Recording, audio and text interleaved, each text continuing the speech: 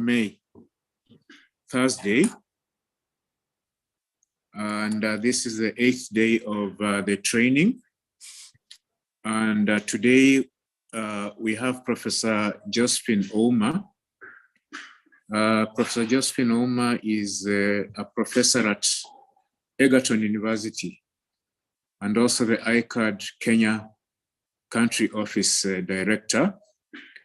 And she will be talking about manuscript, dissertation, and thesis writing styles. So I would like to request the participants to welcome Professor Ouma. And as you take the stage, Prof, I think I would like to request that maybe you tell the participants a little bit about yourself, and then you get into the presentation. So, karibu. Yeah.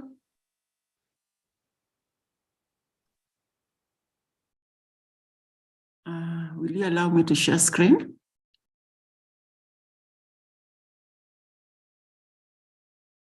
Hello. Hello. Yeah. Hello. Good morning. Morning. You hello. can share now. Yes. You can Hello. share now. Okay.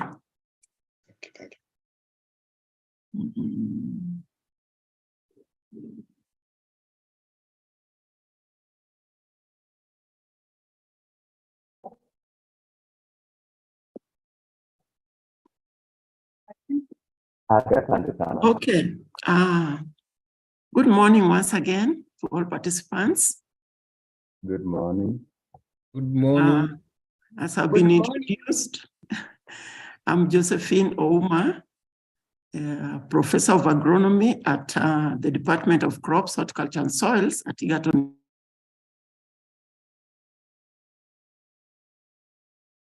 Kindly unmute yourself, Prof.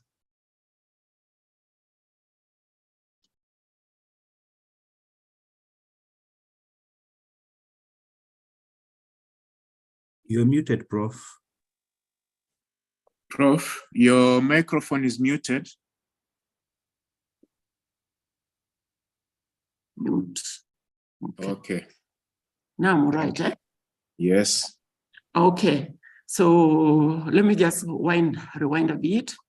I'm Josephine Ouma, Professor of Agronomy at Egerton University in the Department of Crops, Horticulture and Soils. I'm also the Kenya Country Director of ICAD, and we are based at Utafiti, that is at Egerton.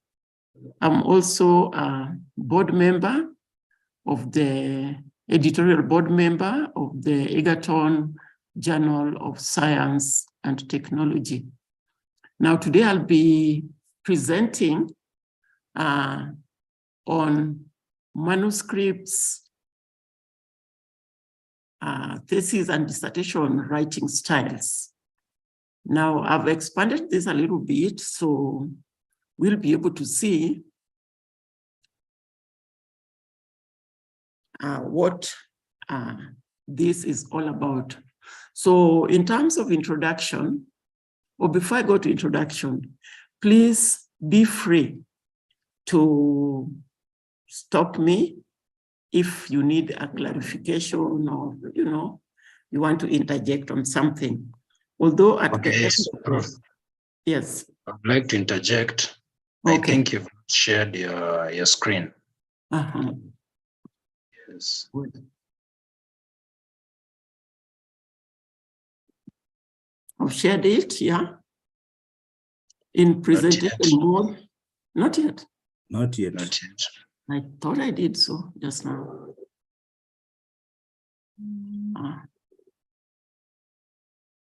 Okay now? Yeah, now it's okay. Now you can put in presentation mode. All right, thank you.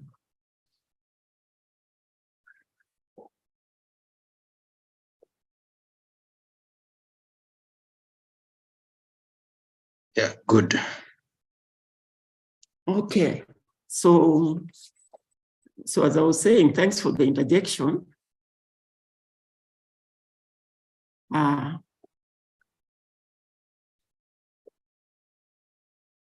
So in terms of introduction, In terms of introduction, this topic is crucial, I believe, in the training of postgraduates. And there are quite a number of reasons why this is crucial.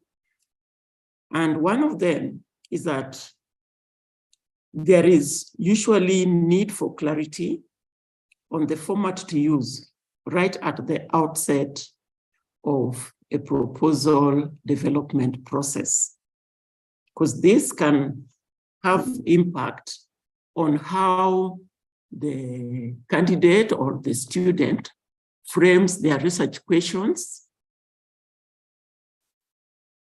on how they frame their research question, and therefore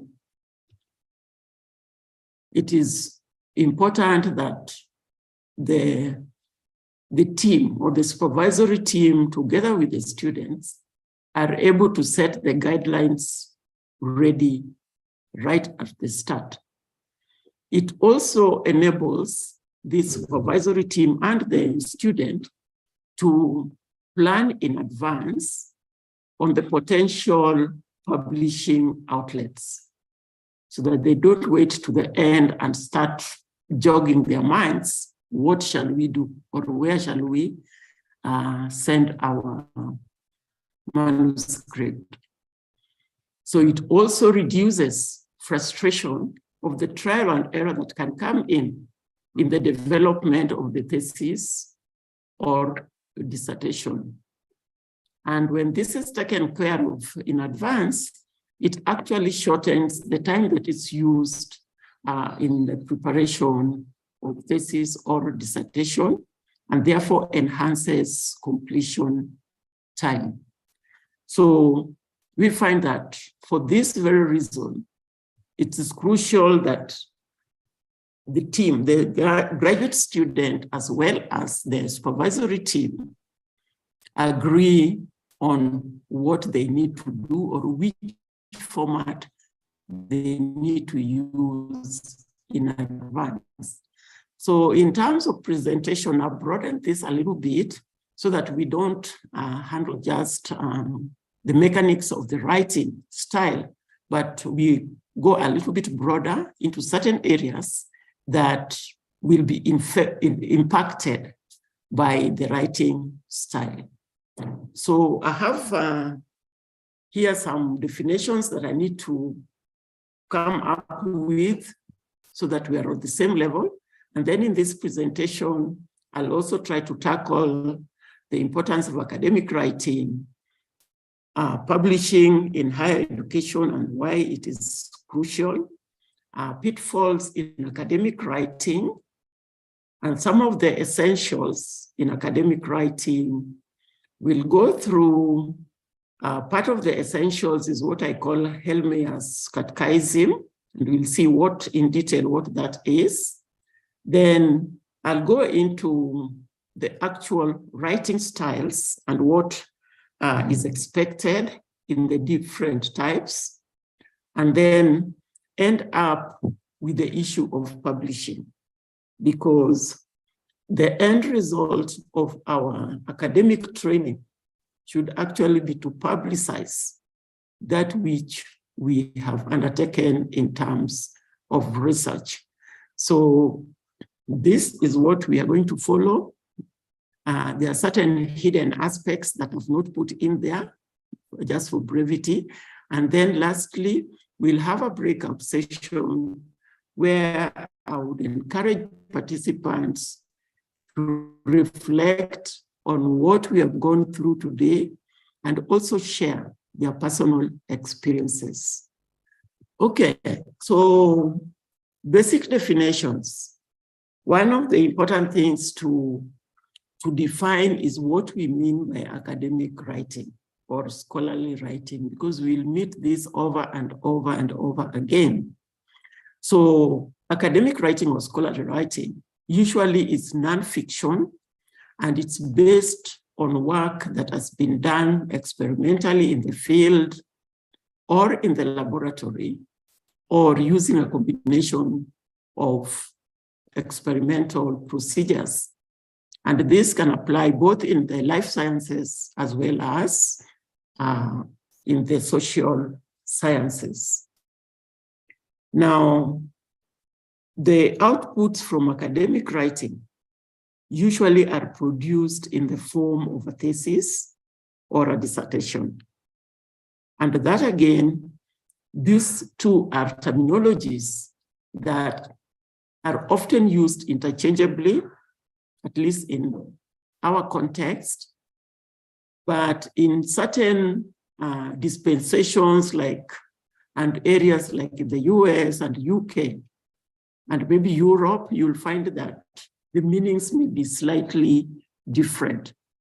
So for example, in the US, a thesis is what the academic work that is presented for an MEC degree, whereas a dissertation would be presented or connotes a presentation that is made towards the award of a PhD degree. The UK, you'll find that a thesis could actually also be used as the product of research of a BSc degree as well as an MSc degree. So there are quite several variations depending on where one comes from. But in our context, often I see in many of our universities, we just use thesis or dissertation interchangeably. But I think the crucial aspect of these two is that it is a systematic presentation of original research, which a student or a candidate conducts in order to fulfill fully or partially the requirements for an award of a master's or a PhD degree. So fully is the case where you are a graduate student is going to attain their PhD or master's by research only. And partial requirement is where you have coursework as well as field or laboratory work. So those are some of the little definitions that I thought we need to engage in. Now, the other definition is a manuscript or a paper. Now, the traditional definition of manuscript really is a handwritten document that is destined for publication. Of course, times have changed, and nowadays we don't have to do really handwriting.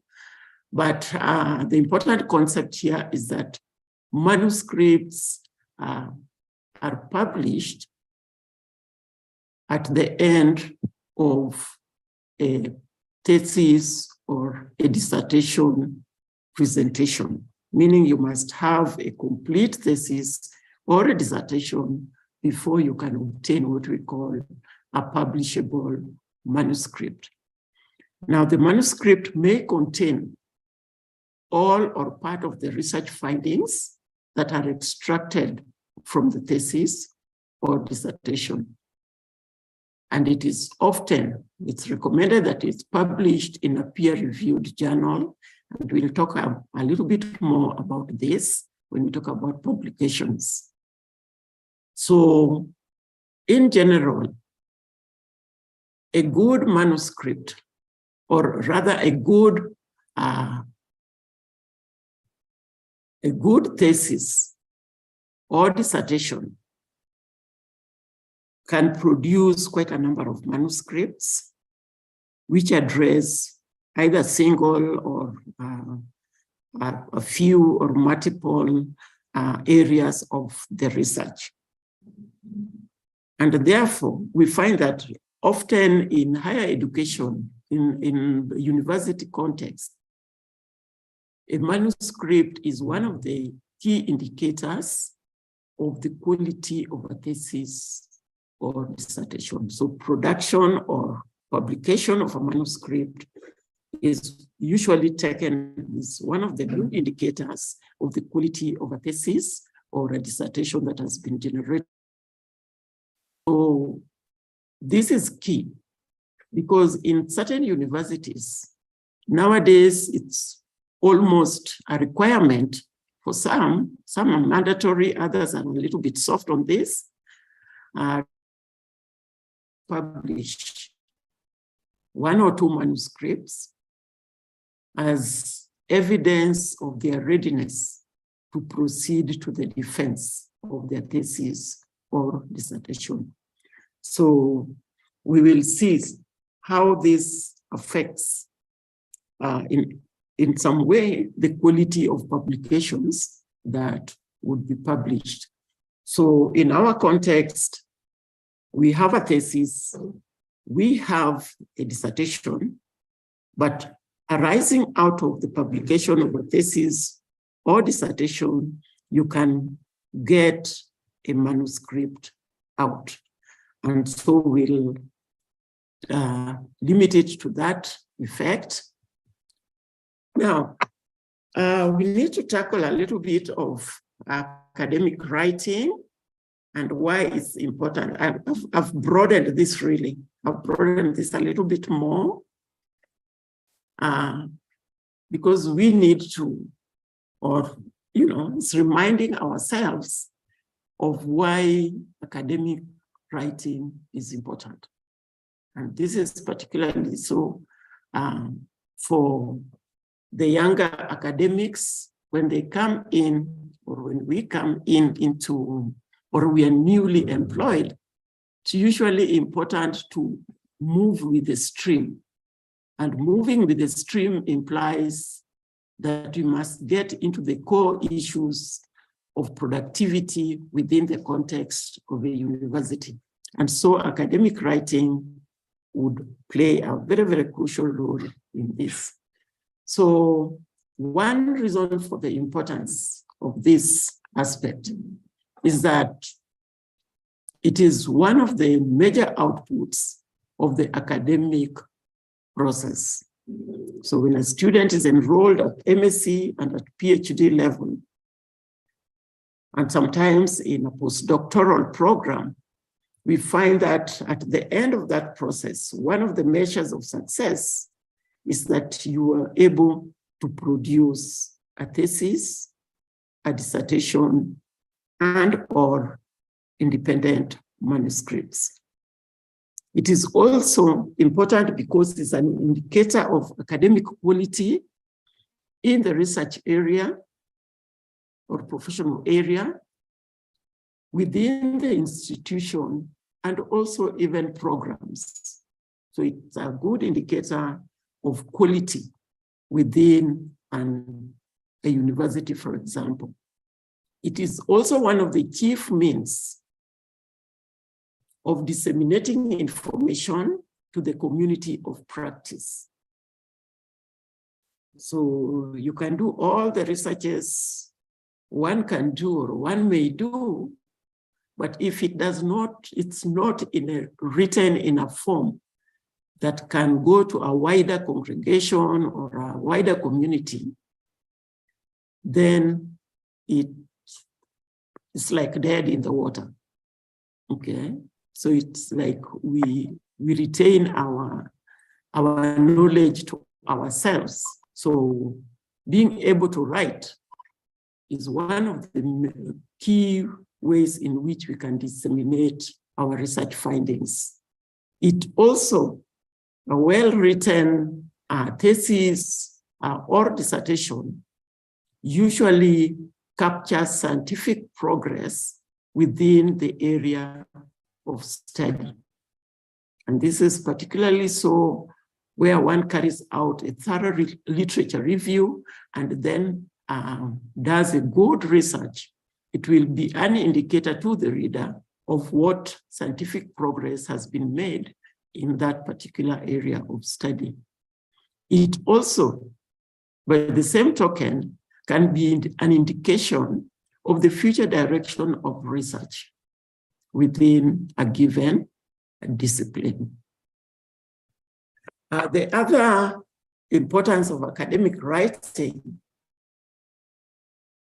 is that it will confer credibility to the supervisors and eventually the authors.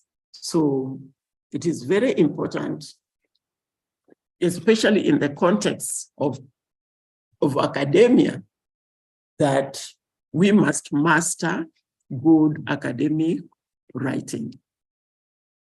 The other aspect of importance is that through these writings, we actually, or the candidate actually acknowledges the contributions of various people and organizations who have supported research in their area. And because of this support, there is knowledge generation and new innovations coming out, and so on and so forth. So it's a way of acknowledging contributions of many diverse organizations and peoples who contribute into this. Indirectly, and I say indirectly because in many cases, especially in the scientific fields, when we use equipment or chemicals and so on, oftentimes it's not encouraged that we use company registration names and so on. So indirectly, a good academic writing will also serve as an endorsement for equipment manufacturers, instruments, pharmaceutical companies, biotechnology companies, or other organizations who contribute somehow materials that are used or that go into the research. So these are some of the importance of academic writing.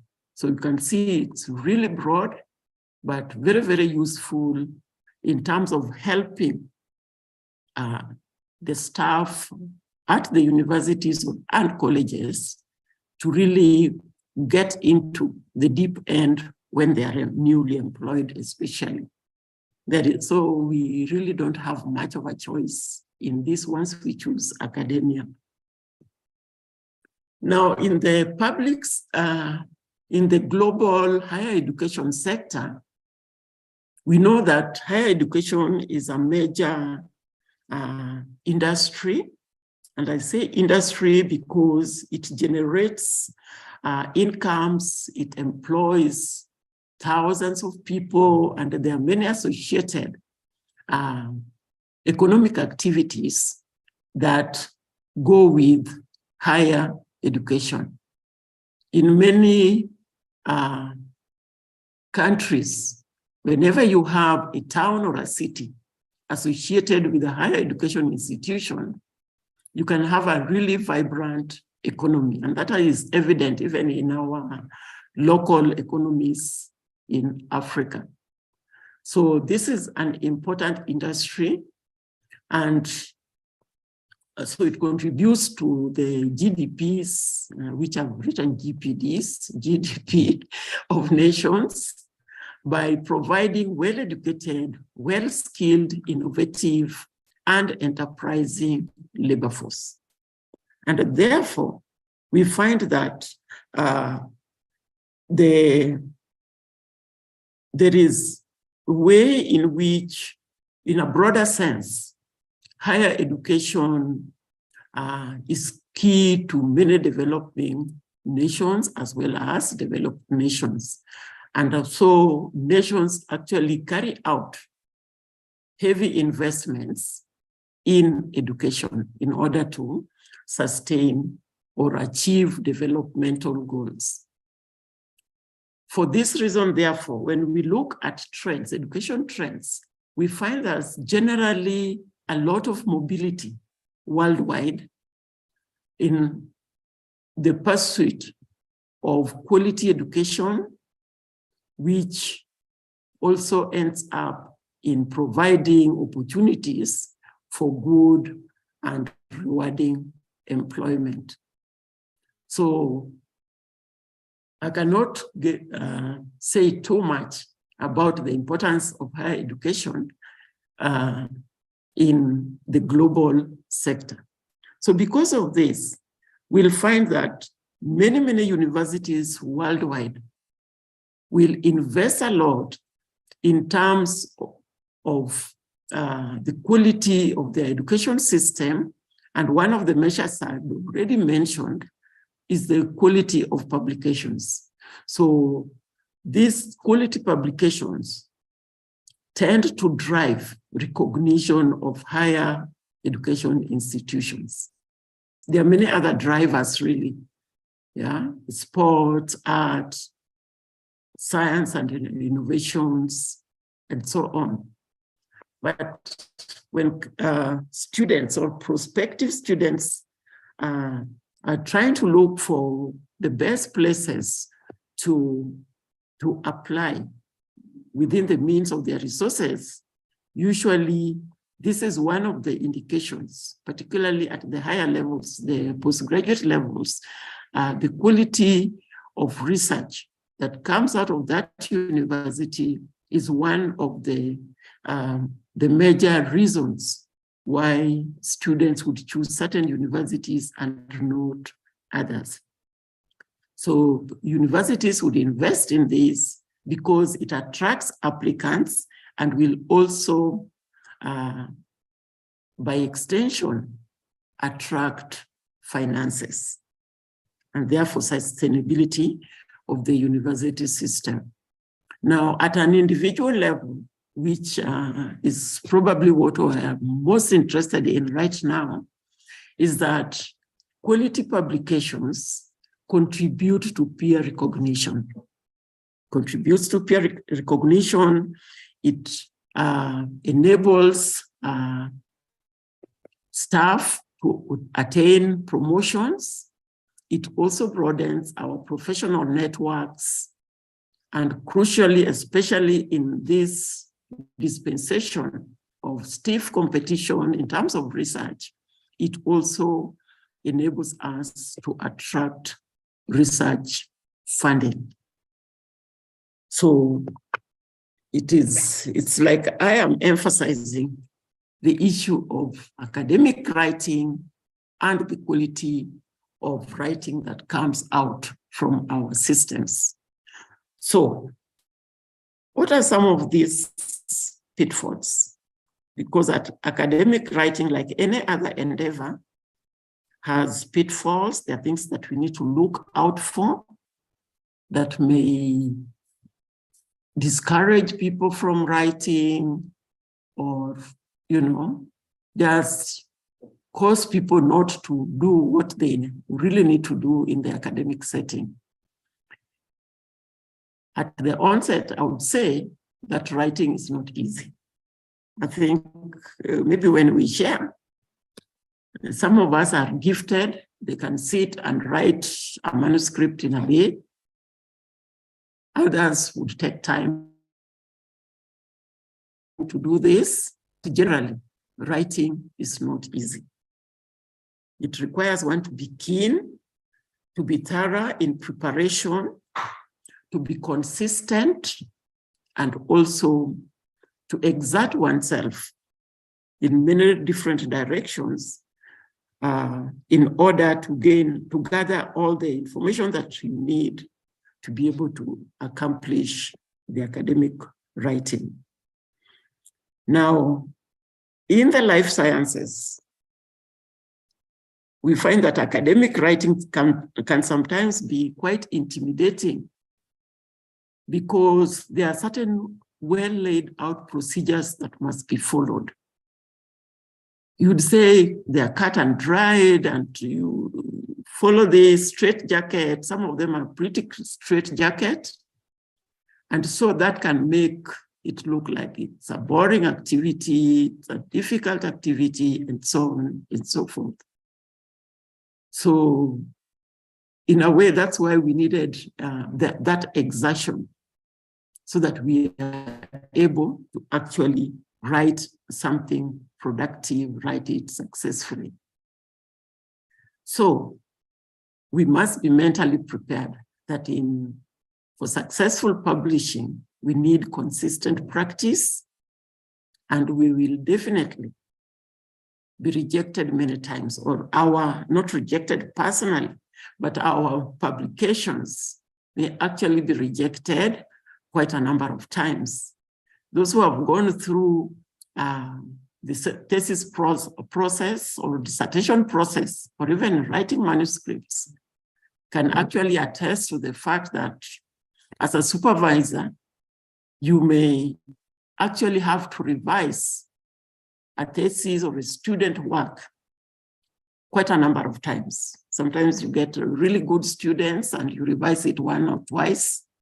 Sometimes you get a student and you almost, as we were told in I think our first topic, our first presentation by Dr. Kinyuru, sometimes you may have a student for whom you literally have to push, even write for. So these are some of the pitfalls that we can see, but there are many more. So maybe I'll take a breather there and just give participants an opportunity to maybe write something on the chat, question, observation that we can refer to later on.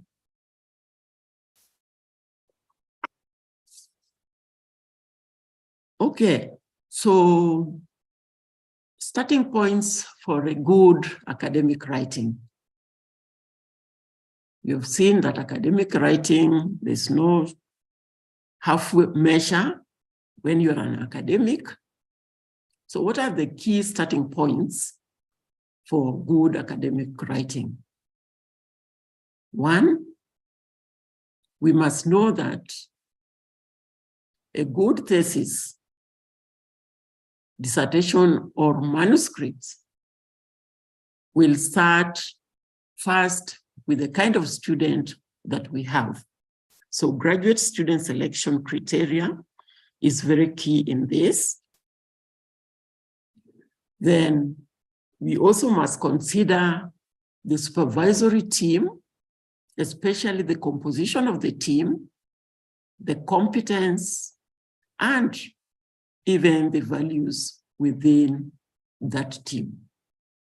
When I talk of composition, I know in many universities, the number of supervisors can actually be limited. So there are certain places where a single supervisor is acceptable. I think the trend nowadays is that that can have major limitations. And so nowadays, it is recommended that a student gets 2 or more supervisors, depending on the complexity of the topic, as well as the other logistics, funding, and so on and so forth. So the supervisory team composition, competencies, and values are extremely important as a starting point for good academic writing. And we'll look at this a little bit more in detail. The other aspect that is key is the issue of administration. That's the general administration of the departments and faculty, and also the graduate school guidelines. When all these administrative aspects or angles are taken care of and enforced well, then it will contribute towards a good academic writing. I'll not go too much into that because I know in the previous topics, we have talked about some of this to some extent. Then funding. Funding is key for good academic writing. And why so?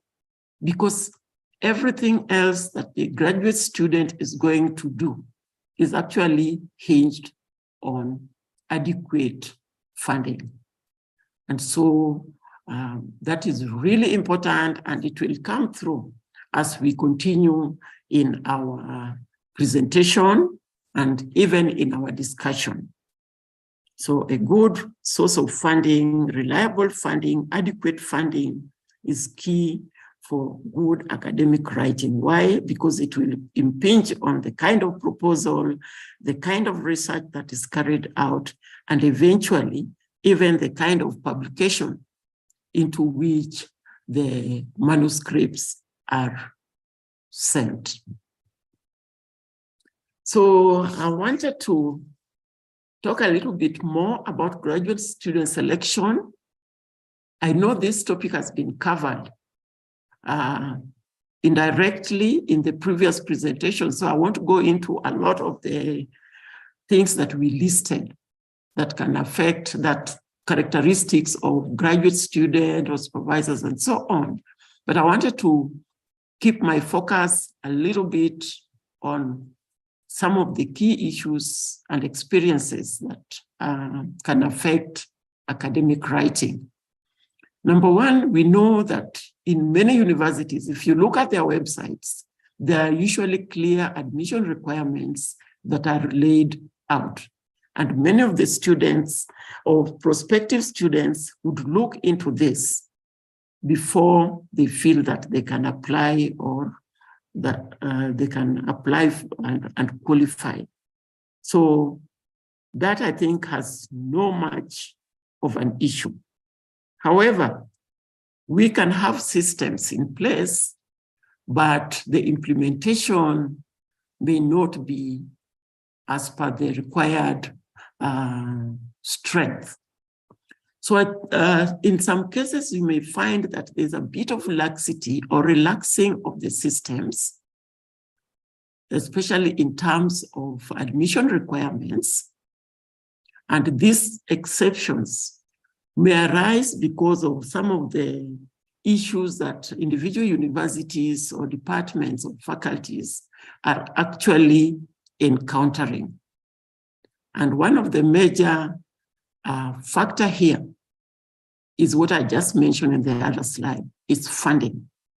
Education is expensive, higher education is costly, especially postgraduate level, because one must have adequate funds to carry out research. And therefore, we find that because of the funding issues, some admission requirements may actually be relaxed a little bit in order to increase the number of applicants. One of the common ways where we have limited number of applicants is that you can allow certain applicants to come in, they are admitted, but on condition that they do, for example, remedial courses. If maybe they have not worked for, like I know in our university, if somebody wants to come for a master's, for example, student, and they didn't get an upper second class honors, then they can still come in if they have, for example, 2 or more years of experience in that line that they want to study.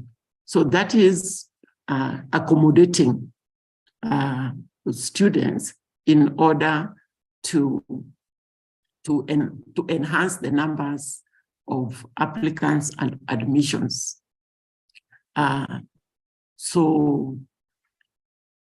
Another consideration is where we have affirmative action requirements within the university system or even nationally.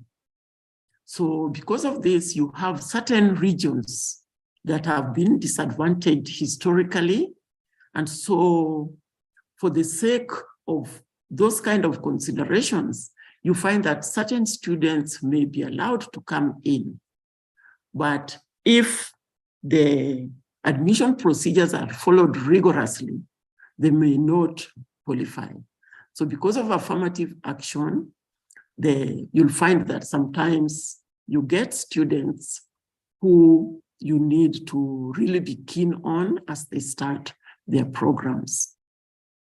The third consideration usually is survival of departments and even programs. And I think this is a common issue because some departments may not be really well endowed in terms of research funding, or they have staff that are actively engaged in research and therefore can support graduate students. So in such situations, you may find that there's a bit of relaxing of the system in order to get the required number of students for departments to continue or for certain programs to continue. So this is a legitimate concern in many programs at our universities, not just the older universities, but even younger universities with newer programs and so on. Then lastly, but not least, is a situation where you have, because of the issue again of funding, you have sponsoring organizations that carry out pre-selection of suitable, according to them, candidates. Now, when they come in, you may find that they may not quite fit in, probably, especially if they are coming from a different kind of an educational background or institutions with different educational backgrounds, language, and so on, then this can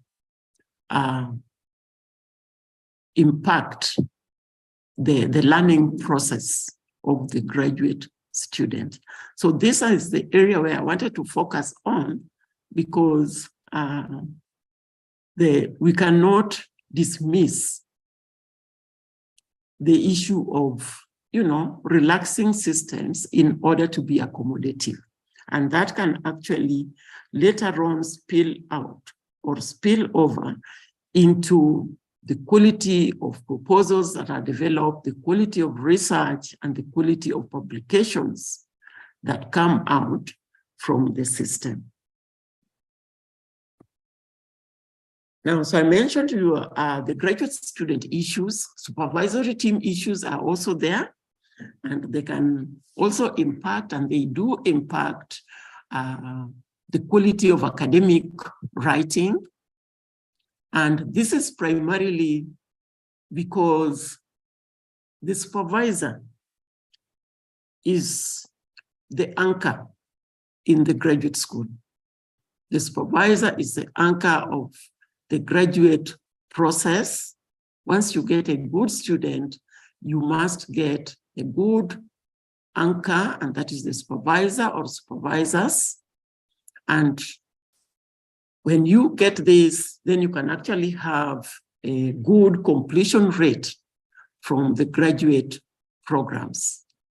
So this is really important and almost lays a burden, a heavy responsibility on the supervisors. So it has to be a well thought out issue, who will supervise, and if they're suitable for supervision of particular students. Now, if this angle is not managed well, there are usually, humanly speaking, underlying issues that can actually cause difficulties between or among supervisors or between supervisor and student, and therefore make the graduate program difficult for the student and not rewarding for both student and supervisor. So the supervisory team issues must really be taken care of way in advance. So it is important to match the student with the right supervisory team. And I say team because sometimes you have more than 2 supervisors. And so it is a teamwork kind of. So some of the key requirements for team composition,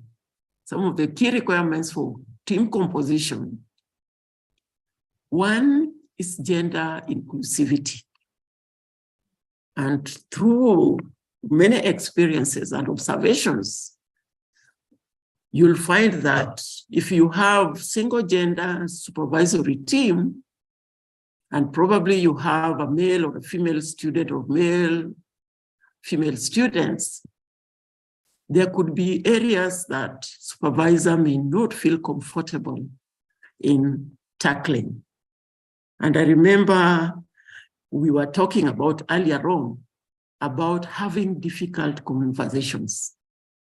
Or, for example, pursuing a graduate student, knocking on their door, trying to find out why they have not been available. So because of such reasons, it is important to consider gender inclusivity in a supervisory team. It will help also in conflict management, because naturally you find that, for example, a young man may be more comfortable with a male supervisor more than a female supervisor and vice versa. So this is important for the sake of progress of the student academic work. Then very important also is having a good mix of experiences within the supervisory team. There are some that are supervisors that are very strong, well endowed in the academic realm. Others have very, very strong endowment in terms of research, hands-on research, laboratory research, and so on. And so if you have a good team, a good mix, then it will make work easier, not just for the student, but also for the whole team, because then every person is able to contribute according to their greatest strength. And I've also said that seniority is not just the key issue. There are some situations where supervisors think that because they are senior in their academia, they can only work with their peers. And I think that can, at times, disadvantage the students. So in terms of good mix, I think looking at the mentorship angle, it would be important that the team is composed of even younger generation scientists, as well as those who have been in the field much longer. Very important. Another reason why this is key is that somebody who graduated 10, 20, 30 years ago may not be conversant with what is going on.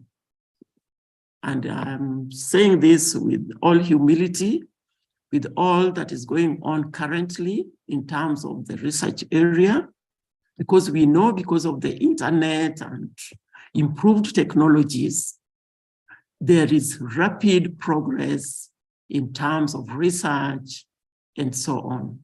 So research methodologies, instrumentation, and so on. So when you have a relatively good mix of young and old, then the strength of the youth can come in to enable, to direct research in a way that there will be progress, there will be novelty within that research. So that is a really key requirement. Another requirement for this team composition is that we must have a team that can engage in clear and timely communication among themselves, with the student, and also with the administrative offices. So there should be a clean, clear, and effective communication channel within this team. And that can help the student to carry out or make progress much, much faster. So clear, timely communication is extremely important. Now, at the onset, in this team composition, they need to have, or we need to have, a kind of a council or a meeting to set objectives so that we have clear objectives. We have the same objectives, particularly when it is student-centered. It's not going to be supervisor-centered objectives. It's the student-centered objectives, because some of these students would come in either self-sponsored, meaning funding limitation is real. Some may come in with scholarships which have defined the very specific period in which they will be supported. And therefore, at the onset, we need to know what kind of student are we getting. Are they self-sponsored? Are they being funded by an organization? And what are the requirements of this organization? When we have this clear, then we rope in the requirements of the university itself, because they set guideline. Of course, they give time a little bit for, let's say, an MSc ideally would take 2 years or 1.5 years, and not more than 4 years, and so on. So once these objectives are clear, pertaining to the studentship, then we are putting a good baseline for the start of our supervisory work. Then the supervisory team also needs to be willing and able to work together for the benefit of the student. So amicable working relationship is really key. And this would imply that we need to have speedy resolution of disagreements, and particularly if they relate to the methodologies that are going to be used. You know, the designs of the experiment, the layouts, the little nitty-gritties that go into making an effective research. So this is really important, the working relationship. And I know in many universities, maybe we can contribute to this. In many universities, there are procedures that have been laid down to ensure that a student gets the right supervisory team. Probably I can take a break there and just allow people to share from their experiences or from the perspective of their universities, what are some of the ways in which the supervisory team is set up, and especially are there mechanisms for conflict resolution. So kindly share if you have any input or insight.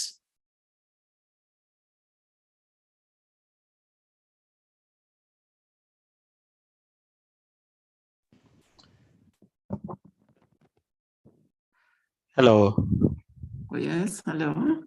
Yes. Can I speak, or I just write a message? You can speak. You can speak. Okay. Yes. Yeah. I think.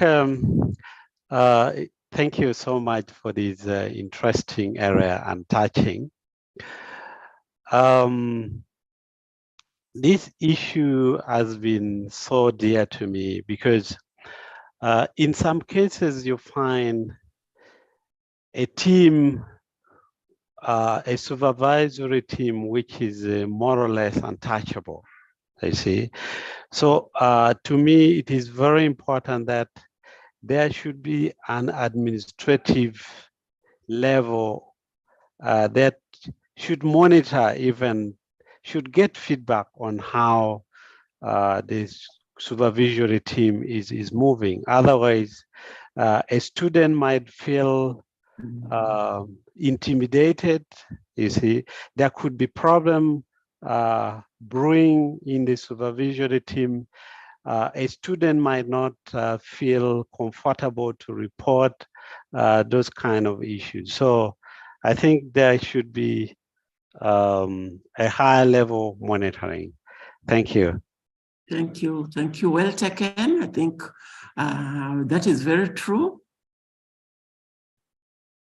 Anyone else with a comment?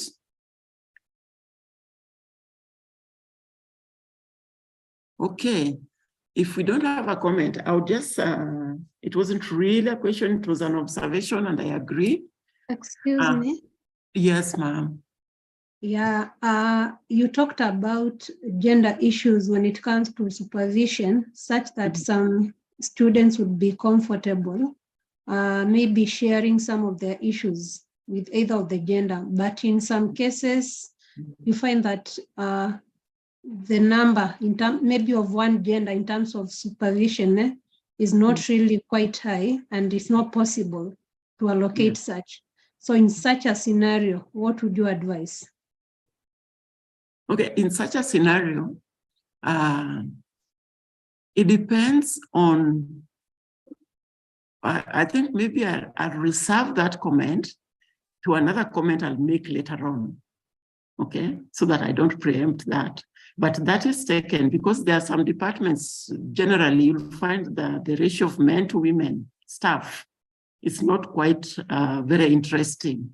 And again, it would depend on the disciplinary lines. There are some that would have no women. Others may have one or two men or one or two women and so on. So I think one has to make a rational judgment depending on the situation on the ground. It should not be a very strict rule. It will be guided by the situation in the department, and if the topic is department or another faculty, I think that usually is taken care of. Yeah, but it should not be a rigid rule, but it would be advisable where possible. That's been my observation. Okay, so Hello. Karen, all right. Welcome, make your comment. Just a thought. Yes. Sometimes I see a student who is supervised by quite a number of people. How does that make it easy in terms of harmonizing thoughts? The students have their own point of view and all these other supervisors. What number would you think would be a good number? I know there's nothing like ideal, but I know when it comes to writing, all these have ideas. So harmonizing that comes very difficult when you're writing. So in your opinion, what number sounds like there is value addition by everyone when it comes to this? Thank you. Thank you very much. Very, very valid observation. And I think even some of us have gone through that where you had maybe, in fact, even in a situation where you have like two supervisors, sometimes agreeing can become an issue. So a student goes with this, especially when we used to have the hard copy, thesis. Come with a copy here with corrections and diverse or divergent views. Go to the next one and until the student is now just left wondering, now who do I follow? Whose advice do I take? And then to make matters worse, some of them, we talked about communication. Some of the supervisors may not have time to sit together with the student to actually thrash through the issues. So because of that, many of the universities nowadays are limiting supervision to 2 students. The third one must be really be very, very justifiable to have a third supervisor, because that usually prolongs the time the student takes even in carrying out his writing, research, and so on. So 2, I would think 2 is best. A single, high risk, as usual, anything can happen to a single supervisor. And so usually 2 are best, according to me. And according to my university, I think that's from the last 5 years or so, they started cutting off the third supervisor unless you get a proper justification why you need a third supervisor. Okay, National Adero, your hand is up. Thank you and good morning from the Tata University. Happy to be here.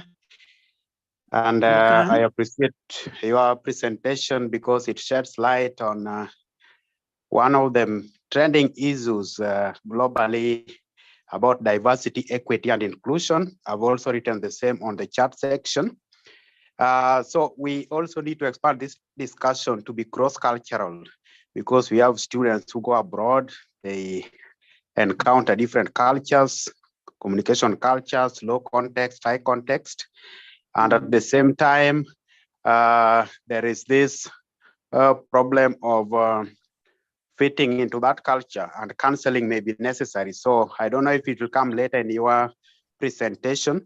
Doesn't this team also need to have, if possible, someone who can guide in counseling and also cultural orientation so that students don't have that culture shock in communication and cooperation in the team? Thank you.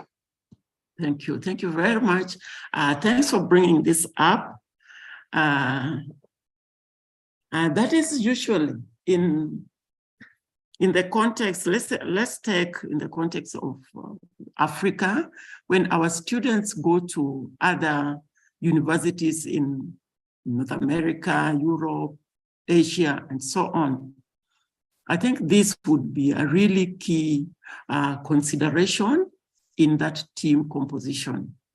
Now, because we cannot, as Karen had just noted, we cannot have a very large team of supervisors. So one of the supervisors should actually be able to take up the responsibility of determining what are some of the cultural needs that a student may require in order to fit in. And I will take a personal example. It's a long one from a long time ago, but I will take it. When I went for my studies in the US for PhD, I know one of the supervisors had met him in Kenya because we were doing some research work together. And so through that process, I was able to get a scholarship to go and study. Now, when I went in there, the cultural issues were very strong, especially in academia. Because I'm a Black student, I'm coming from Africa, and there is this notion that in the scientific field, there were very few Blacks in quotes. That is a generalization, okay? So because of that, many of the instructors or the lecturers there, the faculty, I came to realize were very choosy in terms of the students they supervise. Fortunately for me, because I had experience with this researcher who became my supervisor, he had an open mind concerning capabilities of, African students.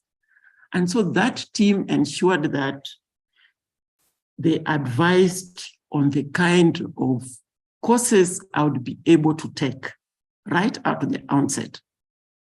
I went with some ideas, I want to do crop physiology, I want to do this and that, but then they gently guided into the classes for the lecturers that would be comfortable teaching an African student. And that was how bad that was.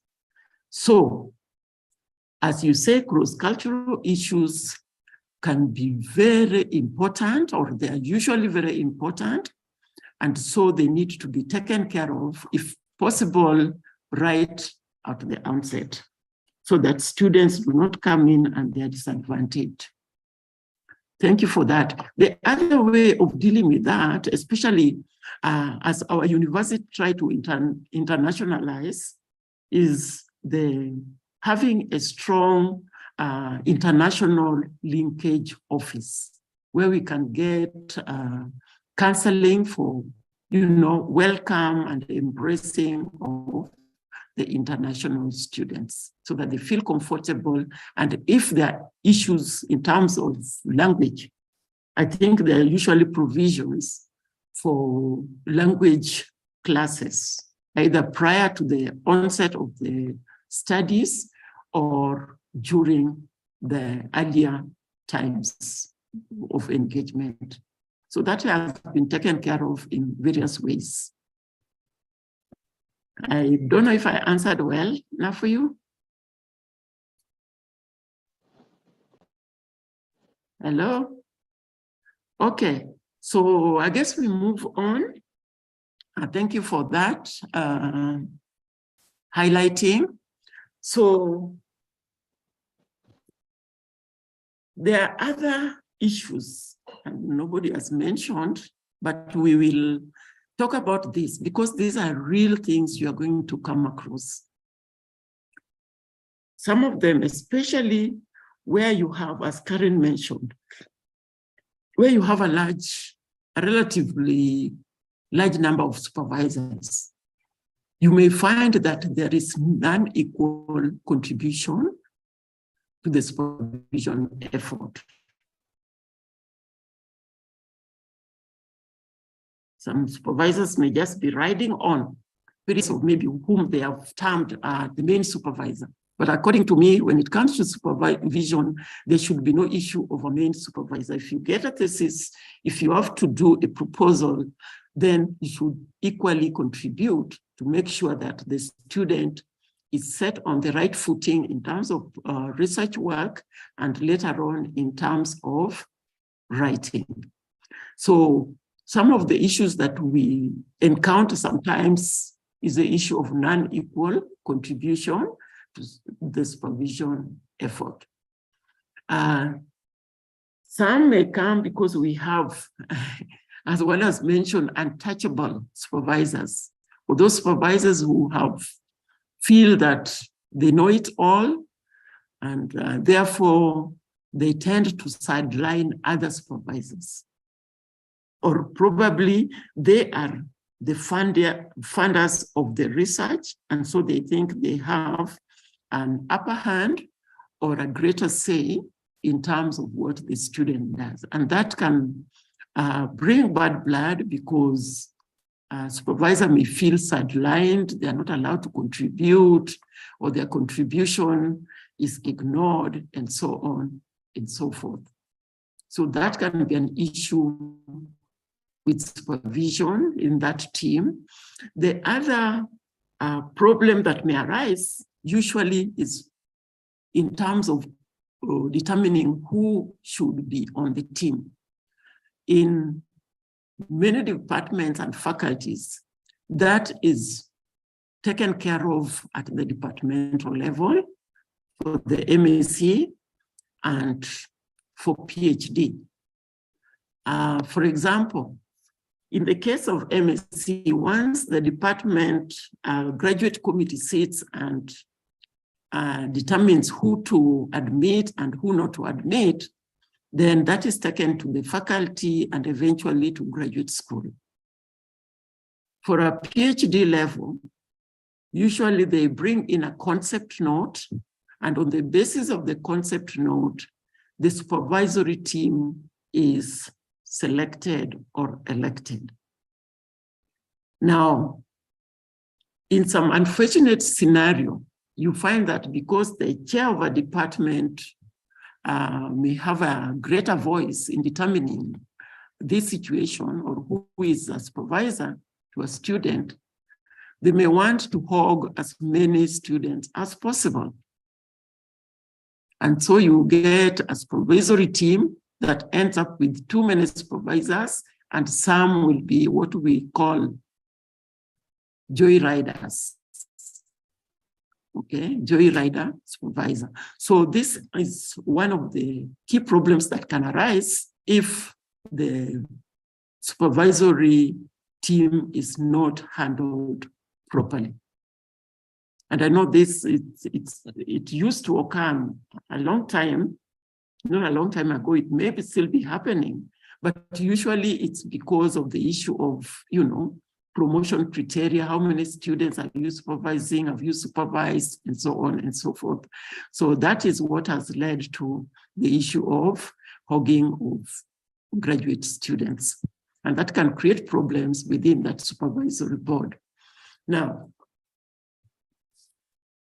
another key issue that can arise within a supervisory board is the lack of professional ethics. And one of the areas is where a supervisor gangs up with a student against the other supervisor or supervisors and undercuts them and, you know, kind of demeans their contribution and so on. So those are things, those are some of the underlying issues that I was talking about. There are undercurrents that can actually make the supervising experience not very comfortable for the student, even for the lecturers. Then conflict of interest can be many. You can get a team that very diverse interests, and because they have been put together, they feel they must work together. And so again, if there's no proper communication, you will get the issue of non-equal contribution, some deliberate, and others you will get apathy. So this would really affect the student far much more. So conflicts of interest within that board needs to be taken care of as fast as they can be determined or discerned. Then another issue is the demand for favors in exchange for academic progress. And in as much as I would really be hesitant to point fingers, but where you have both genders in the context of student-supervisor relationship, clear lines of engagements need to be in place. And since the supervisor is the upper authority, really, morally, he needs to be the one that ensures that the playing field is not contaminated with other issues that can, you know, distract the student or cause the student distress and even cause the student to abandon their studies. So this is one area that the department should be concerned with, especially the chairperson. As we had said, we need to have a system of feedbacks so that the student can feel safe to report any such things, either to the department, faculty, or even to graduate school. Because when the students are required to report back and to account for their time and the delays, some of those things may be factors, but they're not able to communicate such. So I think it's a heavy responsibility again for the supervisors to ensure that they separate personal issues from threatening the academic progress of their students. Now, another issue which can play out in a supervisory team is overcommitment and therefore unavailability of the supervisors for thorough and close supervision of their students. The risks are right from proposal development. Sometimes the supervisors are not, once you go through introduction, chapter 1, and you set out a good hypothesis and it's defended at the department, some lay off. And because of that, we may find that students may not be sure of certain elements, and because you are not supervising closely, then they end up doing trial and error, and later on, you can have some kind of a blame game. So once we have been appointed in a supervisory board, I think it's only important that we allocate adequate time for our students. It's the right thing. And I think what people have been doing, I know a lot of colleagues do this, is that they have specific times of engagement. They know every Wednesday between 2 and 3, we are going to meet to discuss your progress and so on. So when it is well structured, then things become very easy. So as the supervisor monitors the progress of the student, then we find that maybe further on, he may see that this student has everything in hand, so they don't need to meet as frequently as they used to do initially. So this is really important. I know commitments are there. A lot of the supervisors have other duties within the university system and within the community. And so we cannot blame anyone that they are too committed to attend to the students. It's just a matter of balancing so that the student is not negatively affected. Okay, having dwelt so much on the student issue and the supervisor issue, I want to skip the graduate school issues because many of the guidelines for supervision of students is well set out within the graduate school. The only thing that I would mention in terms of graduate school issues is that many graduate schools need to have clear procedures for reporting back, for getting feedback, timely feedback, so that the student is helped to maneuver through the study process without too many unnecessary delays.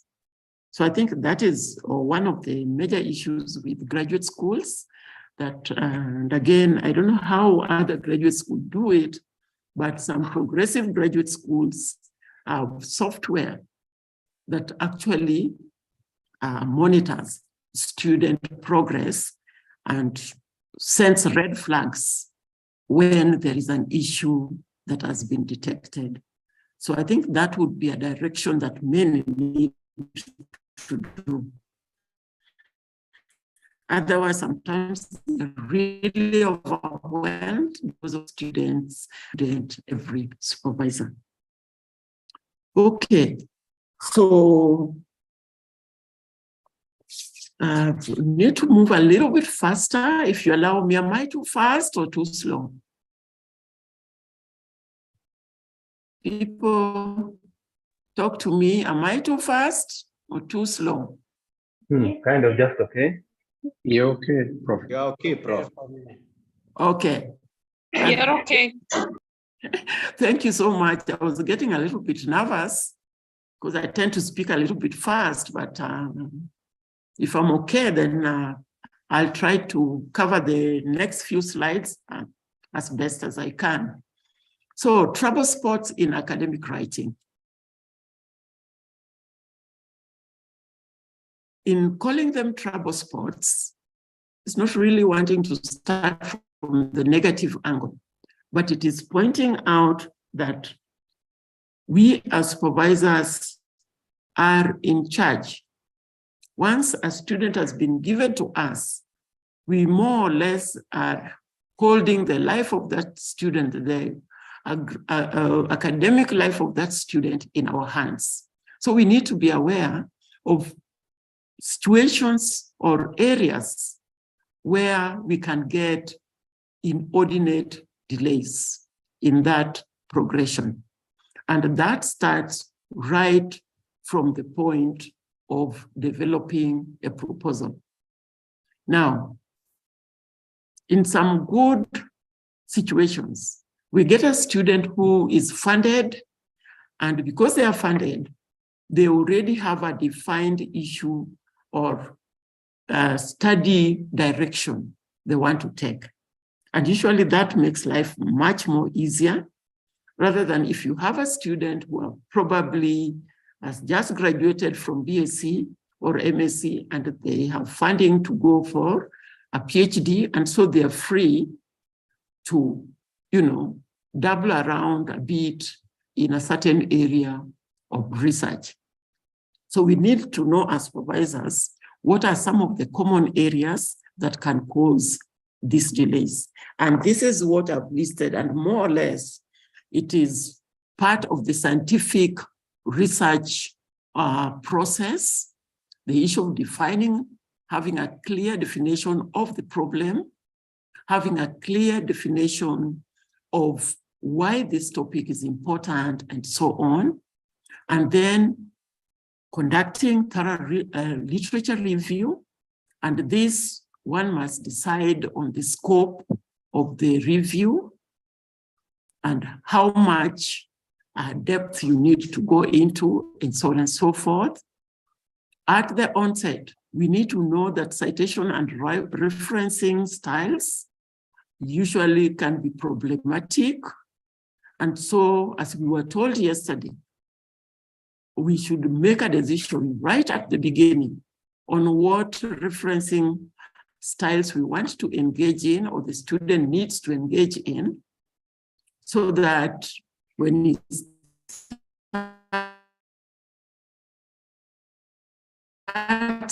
the process of developing the conducting research reference style. Formatting of the document also may look small, but in many of during our defenses at the faculty level, you may find that if the formatting styles recommended by graduate school have not been followed, then a candidate can be told to go back and do the right thing.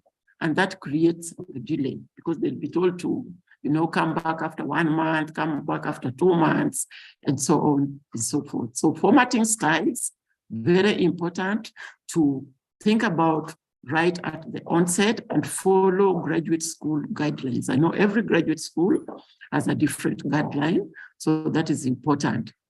Then methodologies to be used. Methodologies to be used. Again, this should be detailed, and where they need to be modified, the student should know at what point would he need or she need to modify a procedure or a protocol. So those are trouble areas. Again, results and presentation mentioned, that is the meat, that forms the meat of the research process. So very key, but usually maybe just how do we present? You find that some may present quite elaborate text, but then include graphics discussing the same thing, tables discussing the same thing, and so on. So I know many of us, the first draft usually, where we used to do hard copies, the first draft would scare a student off. But nowadays, again, when we use this newer word processing, it's a little bit not as bad. But this is the meat in a graduate process. Discussion of results, a trouble spot, real trouble spot, especially nowadays where we have ease of access to literature. We find that if students are not very keen, and supervisors also, because they're tired and I've read this many times over, we may not be too keen sometimes. But in the discussion of results, you'll find a situation where there is no critical review of the results. So the results are just put in there. The discussions are cut and pasted from different journal manuscripts without proper referencing or proper critiquing. And so this can retard progress, because one has to relate the discussion to the results you have found out and to what has been done in that area previously. So very, very key. Just as results are important, the discussion, without a proper discussion, conclusion, and recommendations, then the thesis is more or less dead in the water at graduate level. Then the issue of dates and sources of references can also be an issue that we take care of. Again, I love what was done for us, or what we were taken through yesterday, the issue of using Mendeley or Zotero or whichever other. This usually can just discourage somebody because there are citations in the text, nothing listed on the other side. A long list of references, not cited, and so on. Or because of certain delays, you'll find that a student takes time between the time of carrying out the research and the time of writing the thesis or dissertation. Now, when that happens, it means that certain references would have been outdated. So one has to keep checking that there's confluence between the dates and the topics and the references. So that is a really important aspect, and it's a key trouble spot. I'm still amazed that when you look at certain theses or dissertation, you still have a lot of reds to put on the hard copy in terms of things that are there or are missing or are not spelled correctly, and so on and so forth. So these are some of the trouble spots that one must look at as we try to help the student through this learning process of being a graduate student. Now, having said that, I just go back again. Trouble spot in academic writing. And I talked of right at the point of developing a proposal. If we have trouble developing a good proposal, a student will have trouble at the defense. I don't know how many defenses usually are conducted, but in my university, they insist that you must have a departmental defense, meaning if you don't pass that, you have to redo it again and defend again. Then once it has been approved at the department, you go to the faculty defense. At the faculty defense, if there are minor corrections, you can do that and proceed. If there are major corrections, one must go, redo the work, and come back and defend again. Before now it is taken, the document is taken to graduate school. So it can be a long process. It can be a long process. So because of that, it is important to have the mindset of having a winning proposal at the word go. And I've found something online that really is important and useful in helping both researchers in the research aspect and also students to develop a relatively good proposal so that we minimize the time spent reworking our proposals before we start research. And this is known as the Heilmeyer's catechism.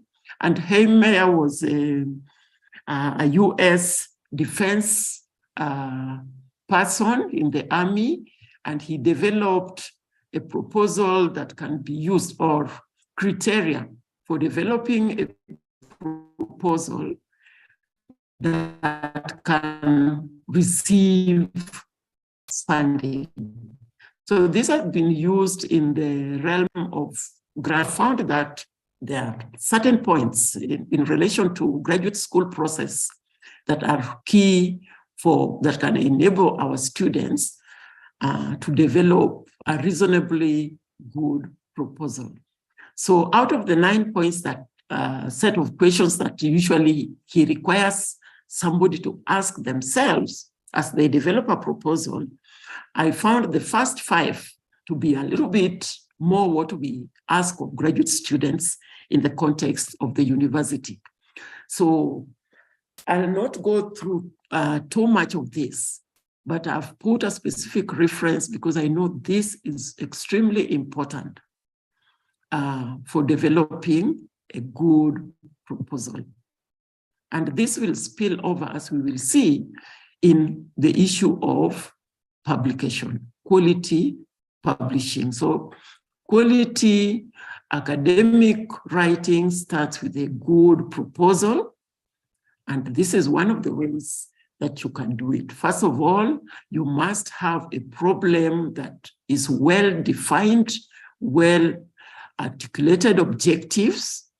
And in carrying out literature review, you need, that's why the scope, or you have to decide as you go along with the student, what scope, what has been done in this area, what is the limit of the current, what are the limits of the current practice? If you get funding, what kind of improvements would one do? So that is more or less methodologies. And later on, of course, when we judge those theses, internal examination, and when we publish, we want to find out, is there any new information? What contribution is going to be made in this line or in this discipline through your research and so on? And so those are certain things. So the justification for the research, who will be a beneficiary, what will be the impact of a successful research, and so on and so forth. So we have to set this right at the onset. It also bears on the cost and the resources that are available. And I'll talk about the costs and resources a little bit later. So, starting point, good proposal and a good, thoroughly well-conducted research. So what are the writing styles? Again, this must be discussed in advance within that board so that you agree that this is what we are going to go with. And the agreement is important because, as I said, that board may have people who have been what I would call loosely old-timers with their own ways of doing things and are comfortable probably with the traditional way in which they were trained. Or we may also have the younger generation that worked through the manuscript style, and so they're more comfortable with that. So this board needs to discuss and agree at the onset what kind of style would be preferable for them or for the student. And later on, at the end of this, of course, we will be discussing and sharing about this. So I won't go too much into that. But the traditional style and or the manual or manuscript style. So there are 2 basic styles of academic writing, or in which a student can present their research work. One is the traditional style, and this is a 5-chapter, more or less, a 5-chapter format with a standard setup in terms of chapters and what goes into each chapter. So in the traditional style, chapter 1, for example, usually has subsections that include the introduction or background information to the study. So that is very key. And in this introduction, the length usually may be variable depending on the complexity of the topic that the student wants to engage in. But often, a good recommendation is that no, it should not be too extensive because it's just an introduction. For example, in the plant sciences, where I am in agronomy, probably my student wants to talk about how beans, Phaseolus vulgaris, responds to drought. That is, we know the catchword is climate change, and drought and so on. So if a student wants to do that kind of work, probably they would have to give us a background first on the issues of climate change and how it's impacting on crop growth and food production and so on. Give us a background, a botanical or biological and genetic and production background of Phaseolus beans and so on and so forth. And so this background information is key in setting up the reader to understand the preceding chapters. The preceding chapter in terms of literature review, in terms of the objectives and so on and so forth. So this introduction is usually very, very important, but it should not be too wide. Should have a semblance of being precise without losing information. Because one of the risks where you have a very brief introduction is that the reader is left with a lot of questions. The reader is left with a lot of questions. So one should try to bring in a balance so that you are concise, but give adequate and suitable and necessary information.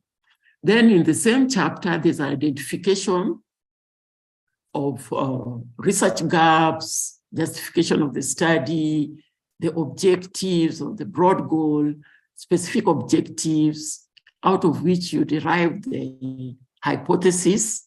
And usually this can be expressed either as a null or an alternative hypothesis, depending on the preference and the disciplinary line, then the expected outputs and the potential impacts.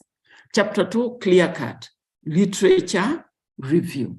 The depth is variable, and I've said one can start with a broad-based kind of literature review where you have a global view of the topic and then narrow down and come into a focus on the specific study. So very important, because this is where one is able to identify the potential gaps and potential areas of research to pursue. So this is really important chapter in the traditional setup. Now, the subsections in the literature review under the traditional way of writing would more often follow up or be guided by the specific objectives. Broad or how broad depends on the elements within that specific objectives within the null hypothesis or the hypothesis. Chapter 3, clear-cut, M&M, materials and methods. So this provides the detailed procedures. The key requirement here is that the methodologies should be replicable. One should be able independently to use that same methodology and get similar results, more or less.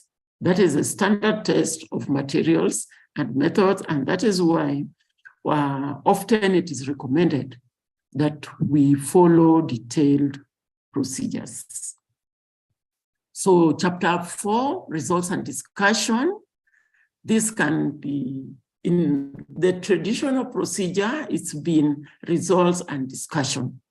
So you present your results, and as you present the result, let's say of hypothesis 1, you discuss, okay? You present and discuss those results, meaning you make reference to what has been done and what has been found, which supports what you found out or negates what you found out, and you continue to profile or give possible reasons why the results are the way they are. So this is, as I mentioned earlier, these are one of the trouble spots when it comes to presentation. But this is extremely important chapter 4. Then chapter 5 is the conclusions and recommendations. Clear cut usually would be derived following the specific objectives or answering to the hypothesis and making conclusions about the hypothesis. Also important is for the student to indicate areas of follow-up because sometimes, because of the duration of the study or the funding capability and so on, a student may not have conducted everything that possibly they would have conducted. They were limited in a way. So there could be areas that he has noticed of interest or she has noticed of interest that needs follow-up. And this is the point at which this kind of recommendation can also be given. So references is not a chapter in itself, but very, very key. As I'd mentioned earlier on, this can take a lot of time. Supervisors can take a lot of time on this, especially if you are an external or internal examiner, because you need current, up-to-date, and well-written reference section. So in the modern era, where you have software that can help us in managing references, I think this is something that, as we were told yesterday by Dr. Kinyuru, this is a system, a place that we can cut down on time that is taken to write either the thesis or dissertation or the manuscript. So very, very key, very, very important in terms of training in the academic realm. So that is the traditional format and just the structure. Now for the paper or manuscript style, there's a question, Prof, before you proceed. Yes, please. There's a question from Samuel Munda. Okay.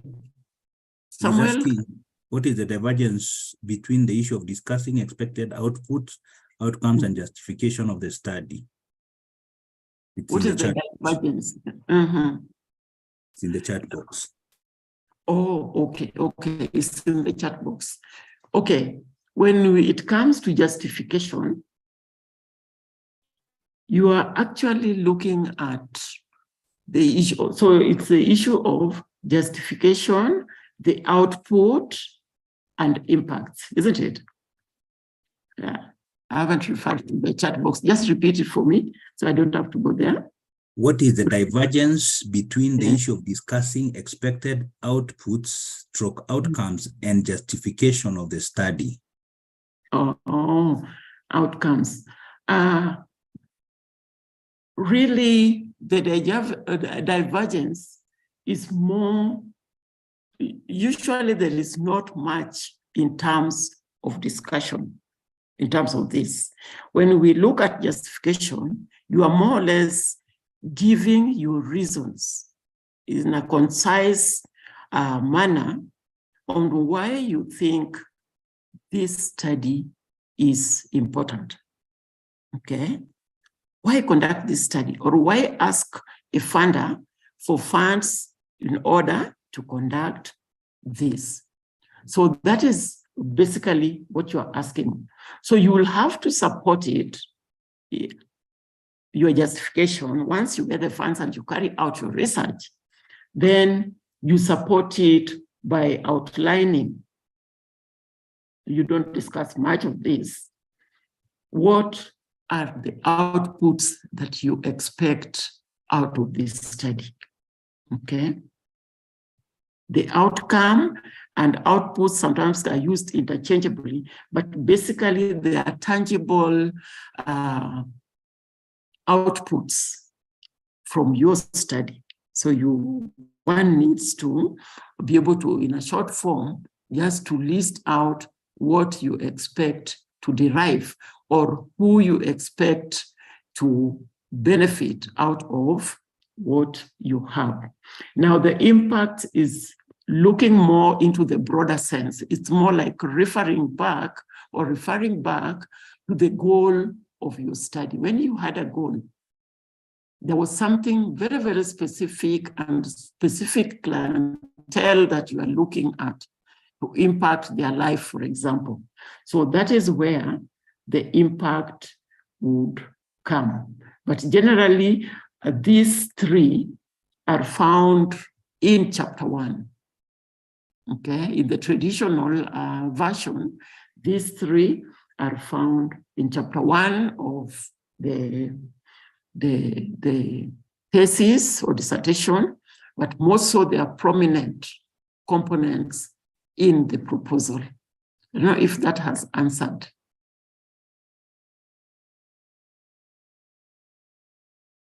Okay, silence. Okay. Means I proceed. Okay, I'll take this a little bit fast because now I've set the traditional view. The manuscript style, writing style is structured often on the basis of a target journal or publication. So this is at the onset, you decide that we are going to develop our thesis or dissertation on this kind of style. Then usually one would look ahead and kind of survey what kind of journal they want to take their article to, and therefore format their manuscript or format their thesis in the broad structure of that journal. So generally in this, we have chapter 1, which is more or less similar to the traditional view, containing the introduction to the detail and so on, introduction to the topic. The other contents or the format that it follows is the standard abstract introduction, but this introduction now is more specific. It's narrowed to the hypothesis.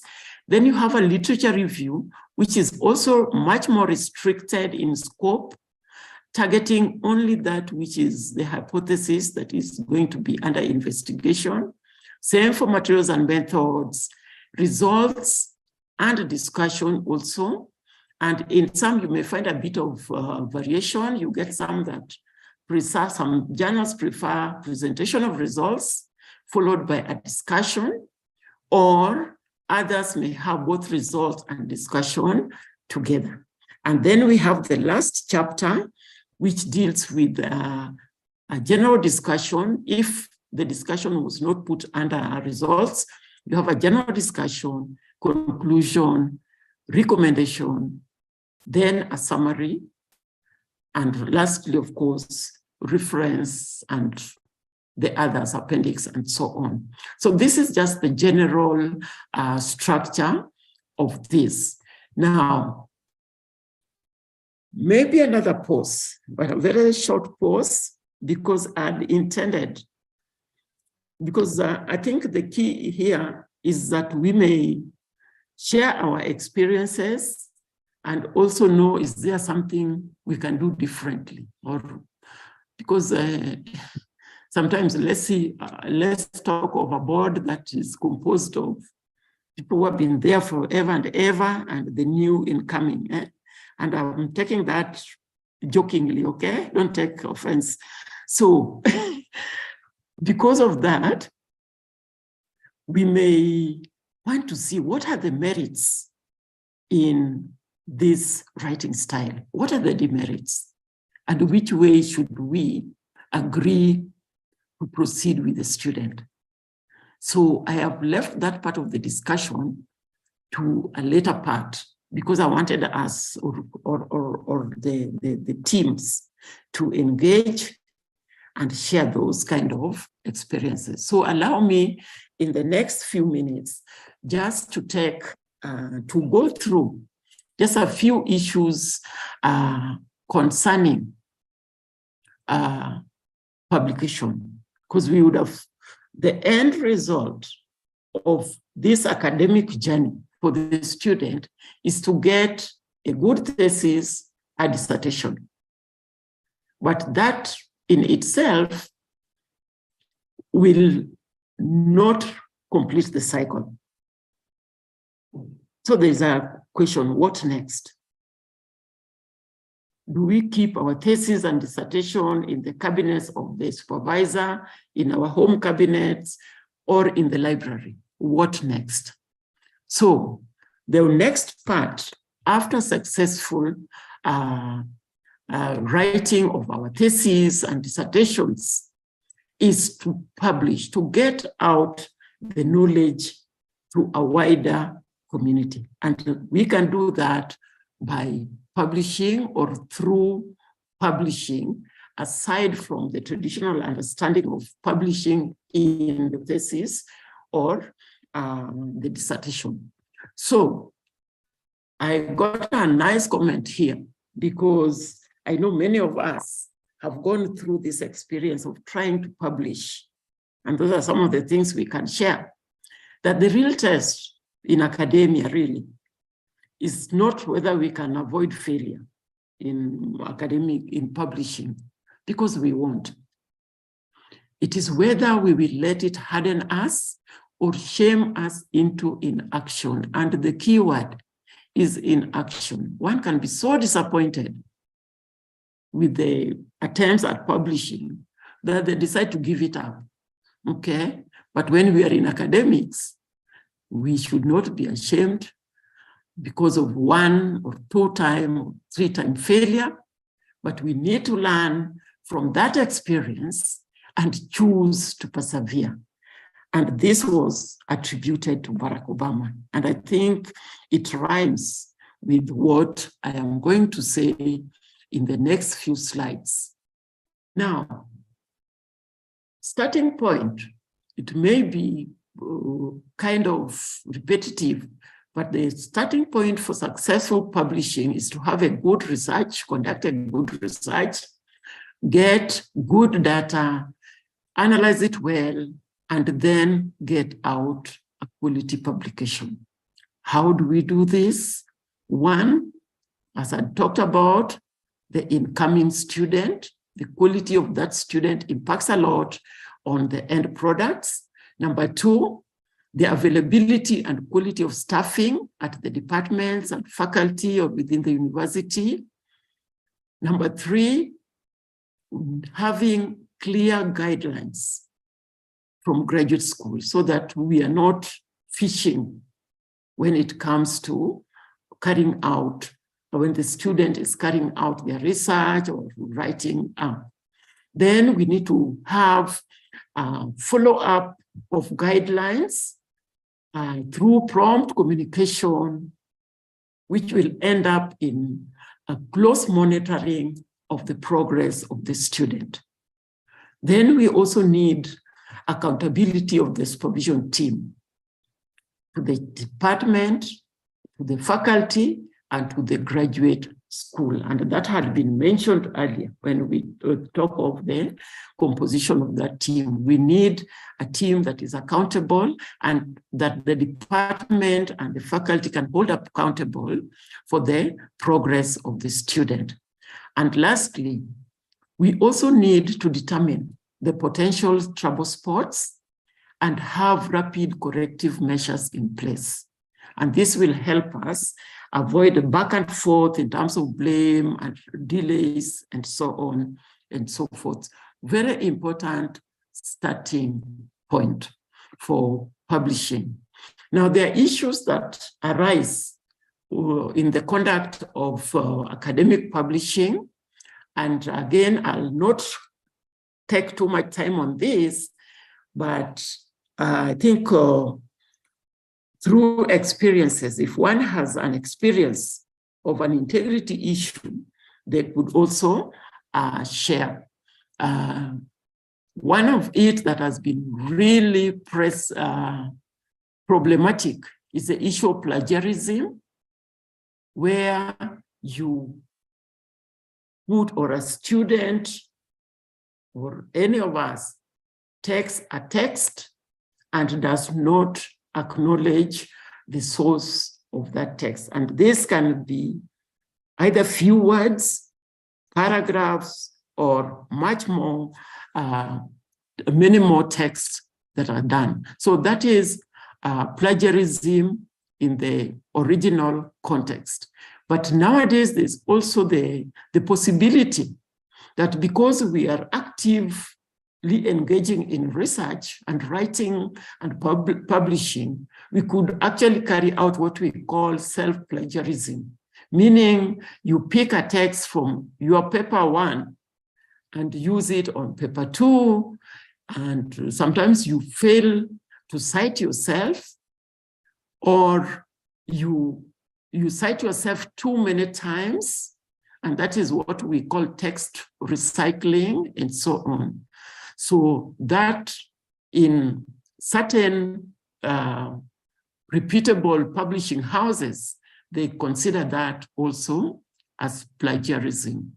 So that is something we need, an integrity issue that we need to look out for. Dealing with this usually is to train ourselves and to train our students at the onset to understand. Remember what Dr. Kinyori talked about, the learning process, to be able to understand the material we are talking about, to be able to conceptualize, to be able to synthesize and reword in your own words according to your understanding, so that that text does not have, is not picked and cut from somebody else's work. So very, very important, and that takes a lot of practice and a lot of training. And because nowadays there are a bit more openness, and there are a lot of software that helps us to deal with that, it's becoming less and less of a problem, but it's still a problem. So number 2, integrity issue is almost related to self-plagiarism, is what we call salami publishing. And this is where one, especially in the context of the manuscript type academic writing style, you may have, let's say, 2 or 3 objectives, and you want to split one objective. Let me just give an example. The response of Phaseolus beans to irrigation. Then one part we did irrigated under controlled environment in the greenhouse. The other one we did in the field or under rain out shelter.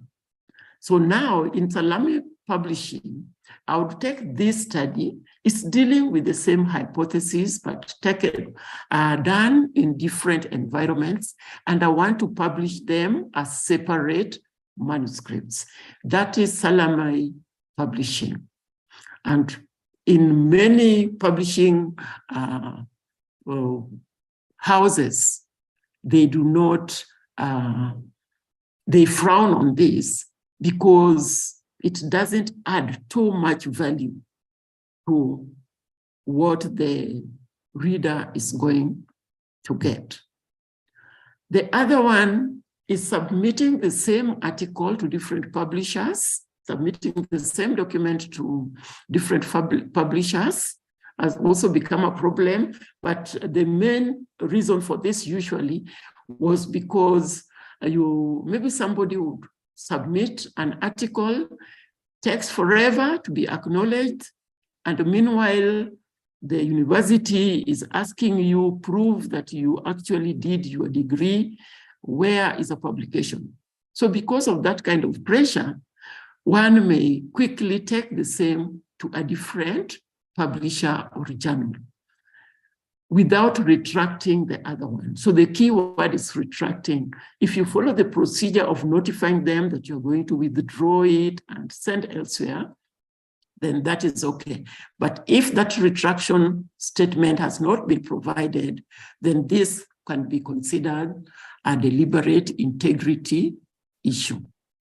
Another one that is common amongst us is where you have a board and supervisory team, but when it comes to publishing, you meet certain authors from a publication that has been found to happen, or the other side, because of pressure of wanting to publish or perish, you help your colleagues by adding them as authors in a publication in which they did not contribute substantially. That is an ethical or an integrity issue.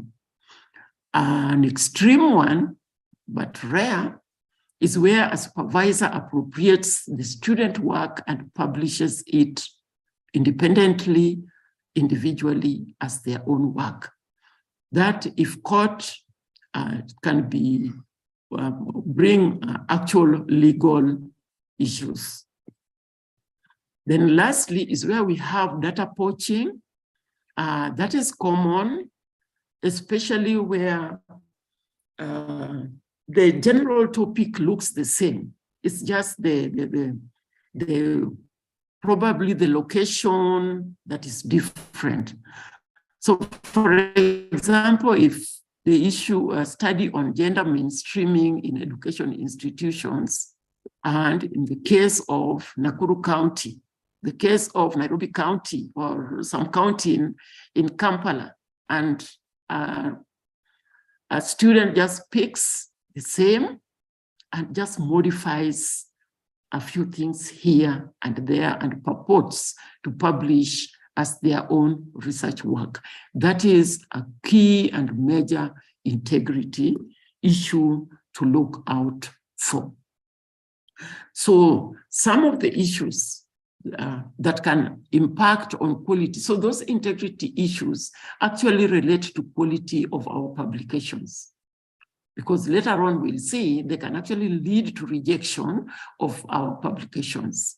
So one of the other issues that determine publication quality is that we may have situations where there is outsourcing of research.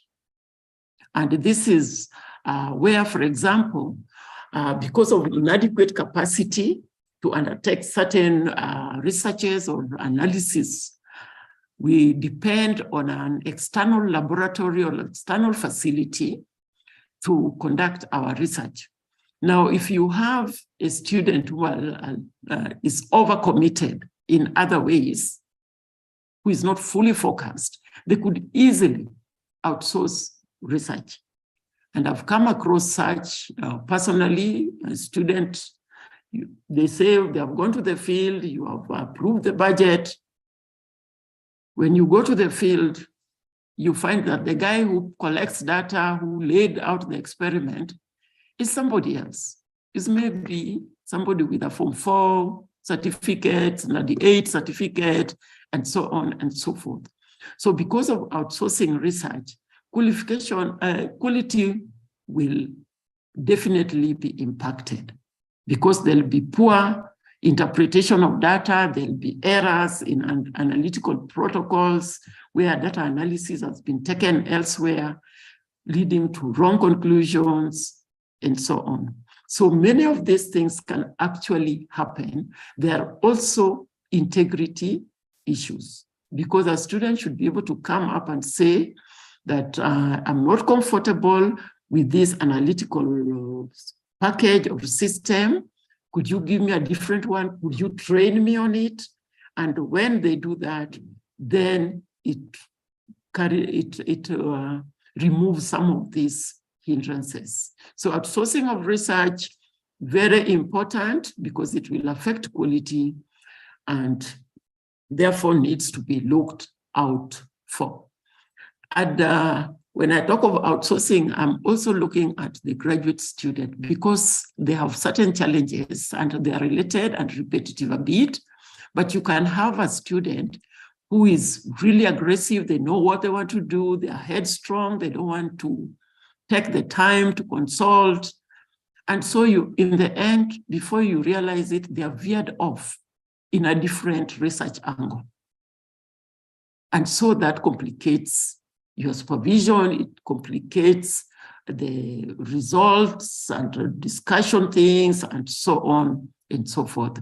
You can get a student, a graduate student who is overcommitted, so they are unavailable for consultations, they can be evasive.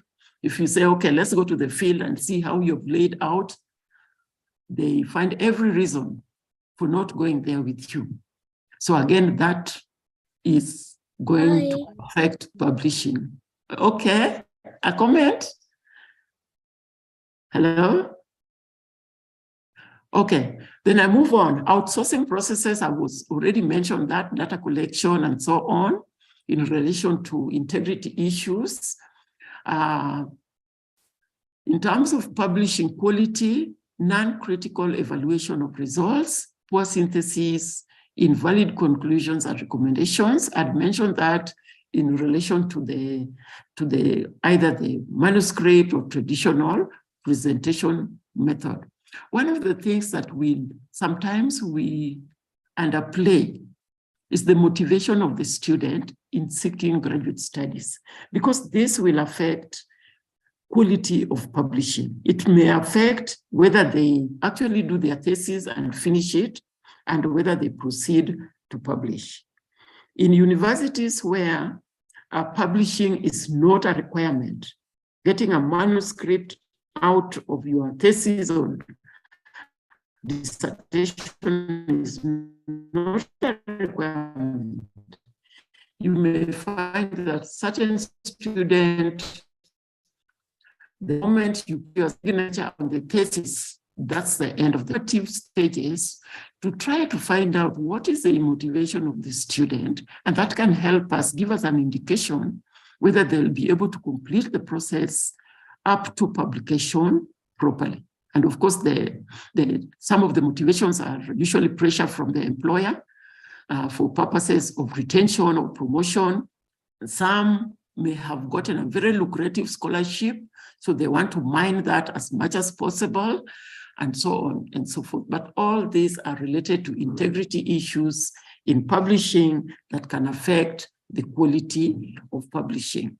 Now, a few remedies that I've offered, and these are particularly with the issue of outsourcing processes, procedures, analysis, and so on, is that in order to avoid that, we need graduate students who are hands-on. They have been trained, they have been mentored, they know in their area of expertise. They are people who can stand on their own feet. And in order to do this, the institutions need to put in place every facility that can help students to achieve that. Every facility that can help the supervisor to help the students to achieve the purpose of that training. So one of the ways is where there are limitations, an institution can facilitate targeted short-term exchanges with industry or well-equipped research facilities.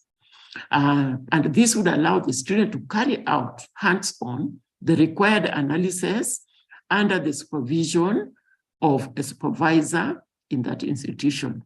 And this is one of the situations that may actually warrant having a third supervisor in that supervisory team.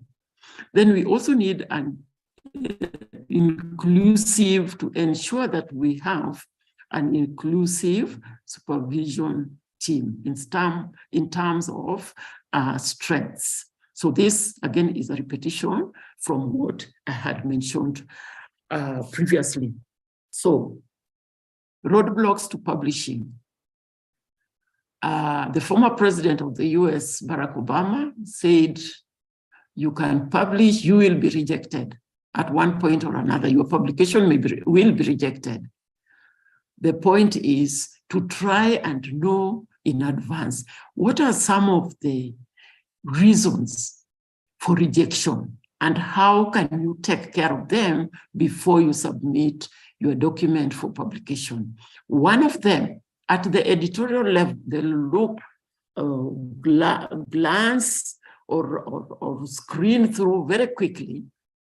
Because of the numbers of publications they get, they will look through at certain criteria. Is there new information? What is novel in this publication? Is it within the scope of our journal? Is the rationale for the study and the hypothesis strong enough? Are the methodologies done correctly? Is the study carried out correctly? Is the quality of writing all right? Is there a double evidence of double submission? Is there a declared conflict of interest? Because maybe I'll elaborate on that. For example, a student has been funded by a major organization. For example, take, let's say, Monsanto. And they are carrying out their study and they are looking for particular gene or pathway of synthesizing a chemical and so on. Now, because the interests are not the same, Monsanto is out looking for a product that they can market. The student, unfortunately, is looking for an output, meaning a thesis and a publication so that they can graduate. So because of that conflict of interest, you may find that a quick, aggressive student might actually publish or go into the publishing process without seeking the consent of the funding agency. And that can bring conflict. And if the funding agency realizes that has happened, to protect their data, to protect their privacy, they may actually call the publishing house and tell them, you cannot publish. And so that will be rejected. So that is important. In some health sciences, social sciences, and so on, anything that deals with human life, for example, consents may be required for publishing some kind of data, and that may require the consent or evidence of consent of the participants. So those at the editorial level, those are some of the things that are taken care of right there and then. So you may submit today, tomorrow you get a rejection notice. So that has happened at the editorial level. But if you're fortunate and it passes through to the peer review stage, there are other information that the reviewers now are going to look at in depth. And many of these will do with what I had talked about, the pitfalls for good academic writing. So I want to go too much into that. But one of the things that I would focus on, it may look small and unimportant, but it's really important. I know many of you have read articles and you read the abstract and you just put that thing aside. Use of language, poor spelling, and obvious grammatical mistakes. In this era of word processors, this should not be. Language may come, especially where people are translating from one language to another. Maybe they're trained in French, now they want to translate into English, and so it may not come out in the right context. So this is something that really needs to be taken care of because it contributes to a lot of rejection. So how to minimize rejections? Base your manuscript on good research.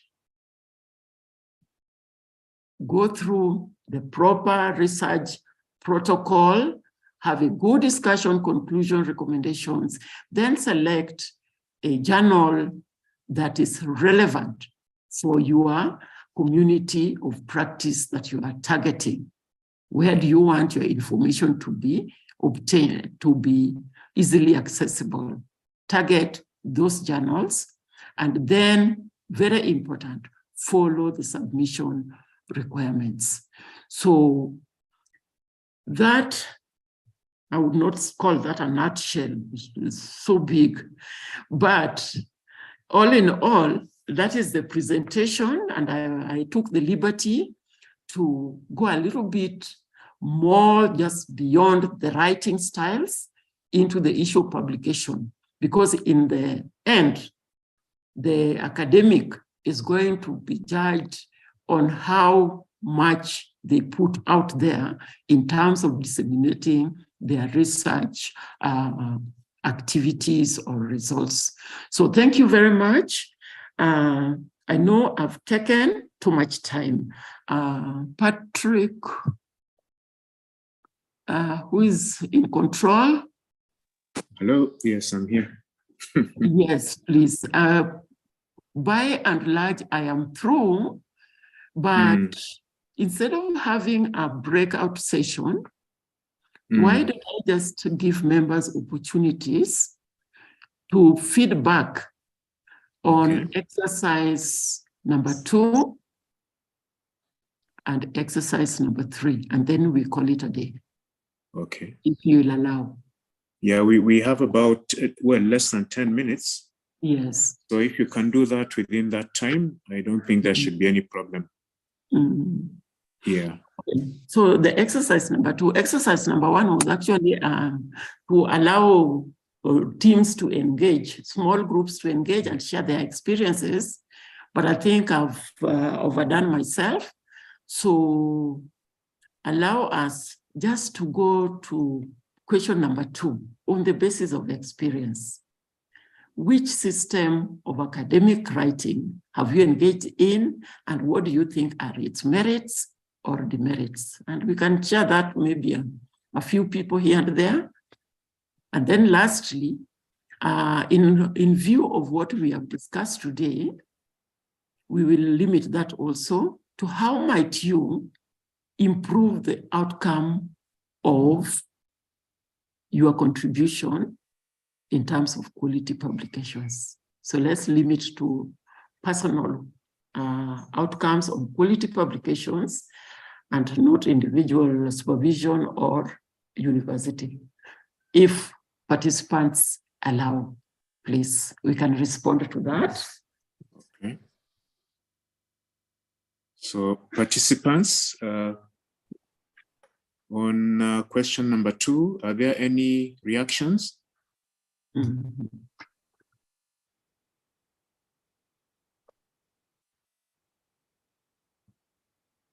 Hello. Yeah. Hello. Yes, this is Vincent. Now, during my PhD, I happened to take the paper-based style. Now, the advantage I found is that it really improved the quality of your research, but of course, even the quality of your thesis is highly improved. But of course, the disadvantage is that at times it tends to take a little longer, because my first paper took 1 year to get the first comment. Then upon revising, I got another 1 year to get. So in such a case, if you're supposed to finish your PhD within a period of 1 year, it kind of extend your study period, unless probably you do some adjustment. So basically, that is the disadvantage. It drags you longer, but of course, the quality tend to improve. Thanks. Okay, thank you. That is taken. Any other with a similar observation or different observation?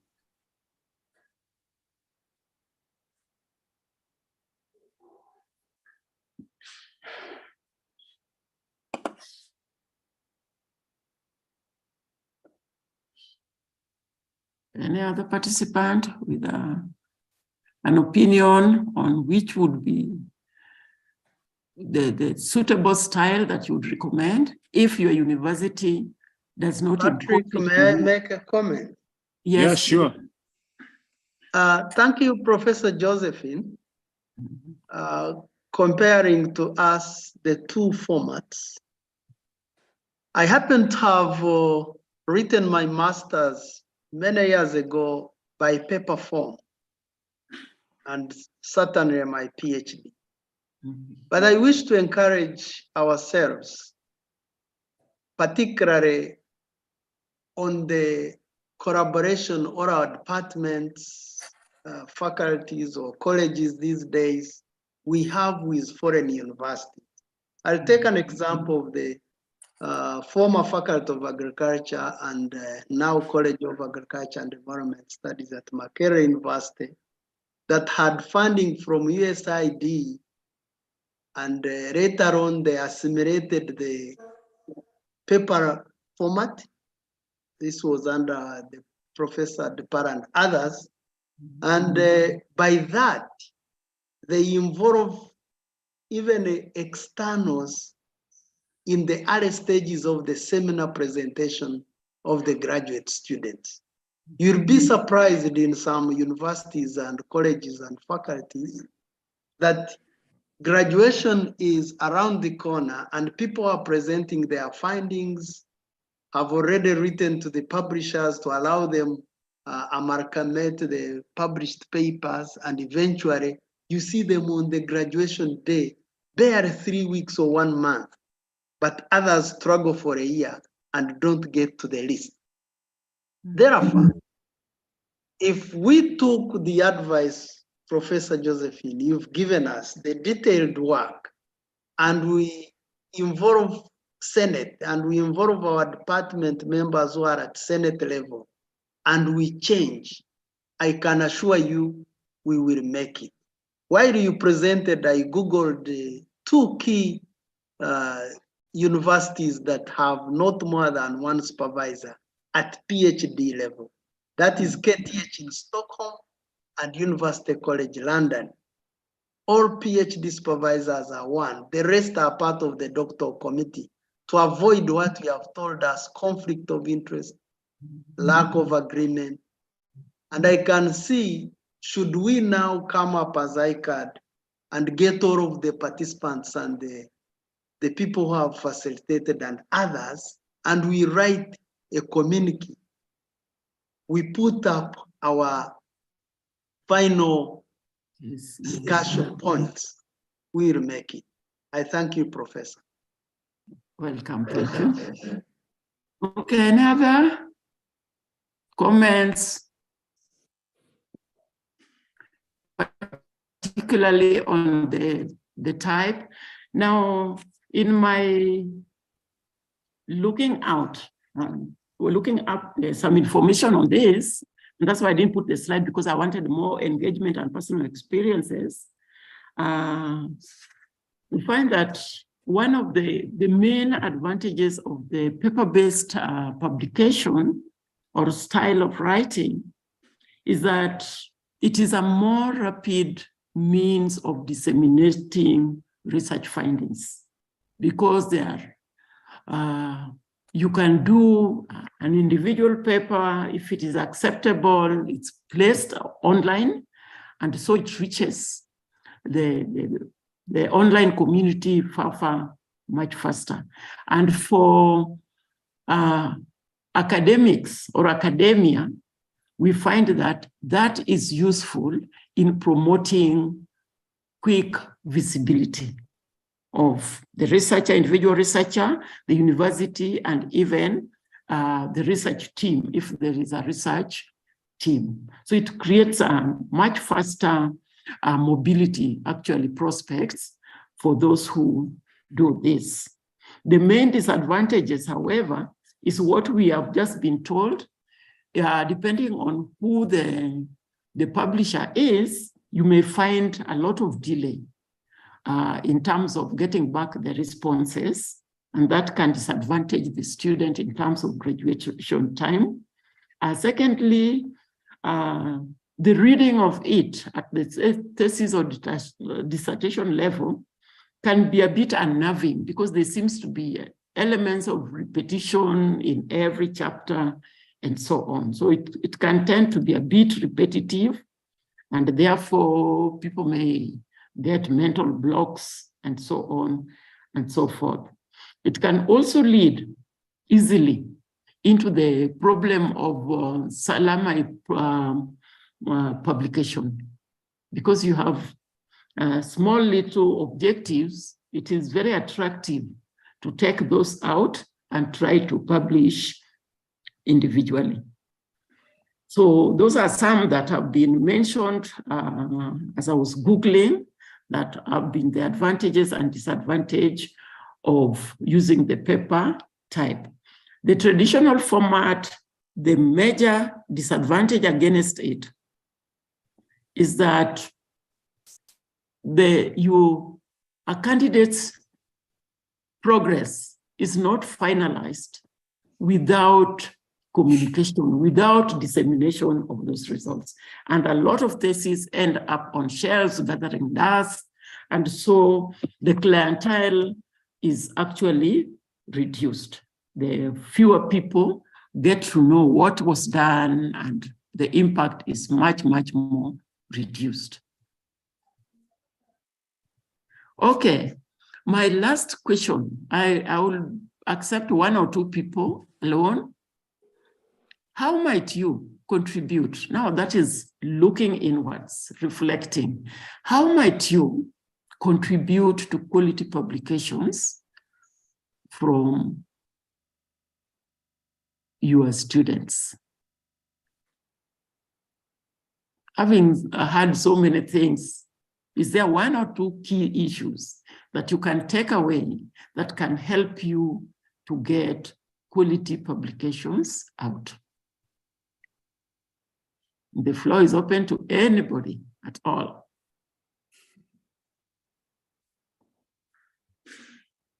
People, are you there? I know the people needed a tea break. Okay, if not, I am done. Prof seems to want to say something. Okay. Yeah. Your mic, Professor. It's off? Yeah. How do we quantify and bring out quality of our junior researchers as senior and supervisor researchers? It is important that when a student comes up with an idea, a title, and a concept, finally a proposal is cleared by the department, the faculty, college, and some universities take it up to Senate, particularly PhD. Then the department or the doctoral committee should quickly advise the candidate on possible publishing houses and journals, so that within the process of objectives, methods, the student, the candidate, the supervisors tailor their argument and processes to the guidelines of these journals. So that when there is dissemination time at the departmental level on the preliminary things, even pilot study of the work, everything is tailored to the prospective publishing and journal houses. Yeah. With that, you find it quite easy. With that, the students become comfortable. And when I used to teach proposal writing and to students of masters and PhD, I would encourage, of course, all of us were nervous, as you have quoted former President of America, His Excellency Obama. We are all nervous. We are nervous to speak. What about writing down points? My first assignment during proposal writing to the students was to interest them to write to learn writing by putting articles of their discipline and subject to local gazette. And in 2019, when I went to teach the PhD and master's students on pharmobiotrack at Mbara University, I was amazed. 3 students came up with good articles within the Daily Monitor, which is a counterpart of Daily Nation, the New Vision. Another one put it in the tabloid, and these students fetched funding. So can we interest our candidates, our students, and our supervision to get out that fear of publishing by starting small? It is baby steps that can make you teach, which is a fast run. I thank you. Thank you. Okay. Does anybody else wish to contribute? We are almost out of time, but we have a few minutes left. I saw Dr. Betsy Rono, I think, registering her presence, and I interpreted that to mean that she wanted to say something. Dr. Betsy. No, not really. You were asking if we were still in. I was just confirming that. Oh, still there. Thank okay. you. Okay. Okay. All right. I want to thank ICAD and really more so the trainees, because without them, this would not happen. So thank you for taking time from your many activities to attend this training. I hope it has been beneficial. I hope you have something that you've taken away that will help you to, in the process of being good supervisors and good publishers. I also want to thank ICAD and EDI and our partner universities for facilitating this process. Thank you. Thank you. Thank you. And also on my own behalf, and on behalf of all the participants, I also want to thank you very much, Professor Ouma, for that interesting overview. It was indeed very informative with great examples of real life scenarios. And I am sure, and if they could maybe speak, the participants' knowledge of the topic has been enhanced. So we thank you very much. Now for participants, please join us again tomorrow at 9 o'clock for the session, which will be delivered by Professor Dominic Biarugaba. So the only thing left now is to wish you all a good day, and let's meet again tomorrow. Javan? Bye-bye, all of you. Bye-bye. I'm closing the session. See you tomorrow.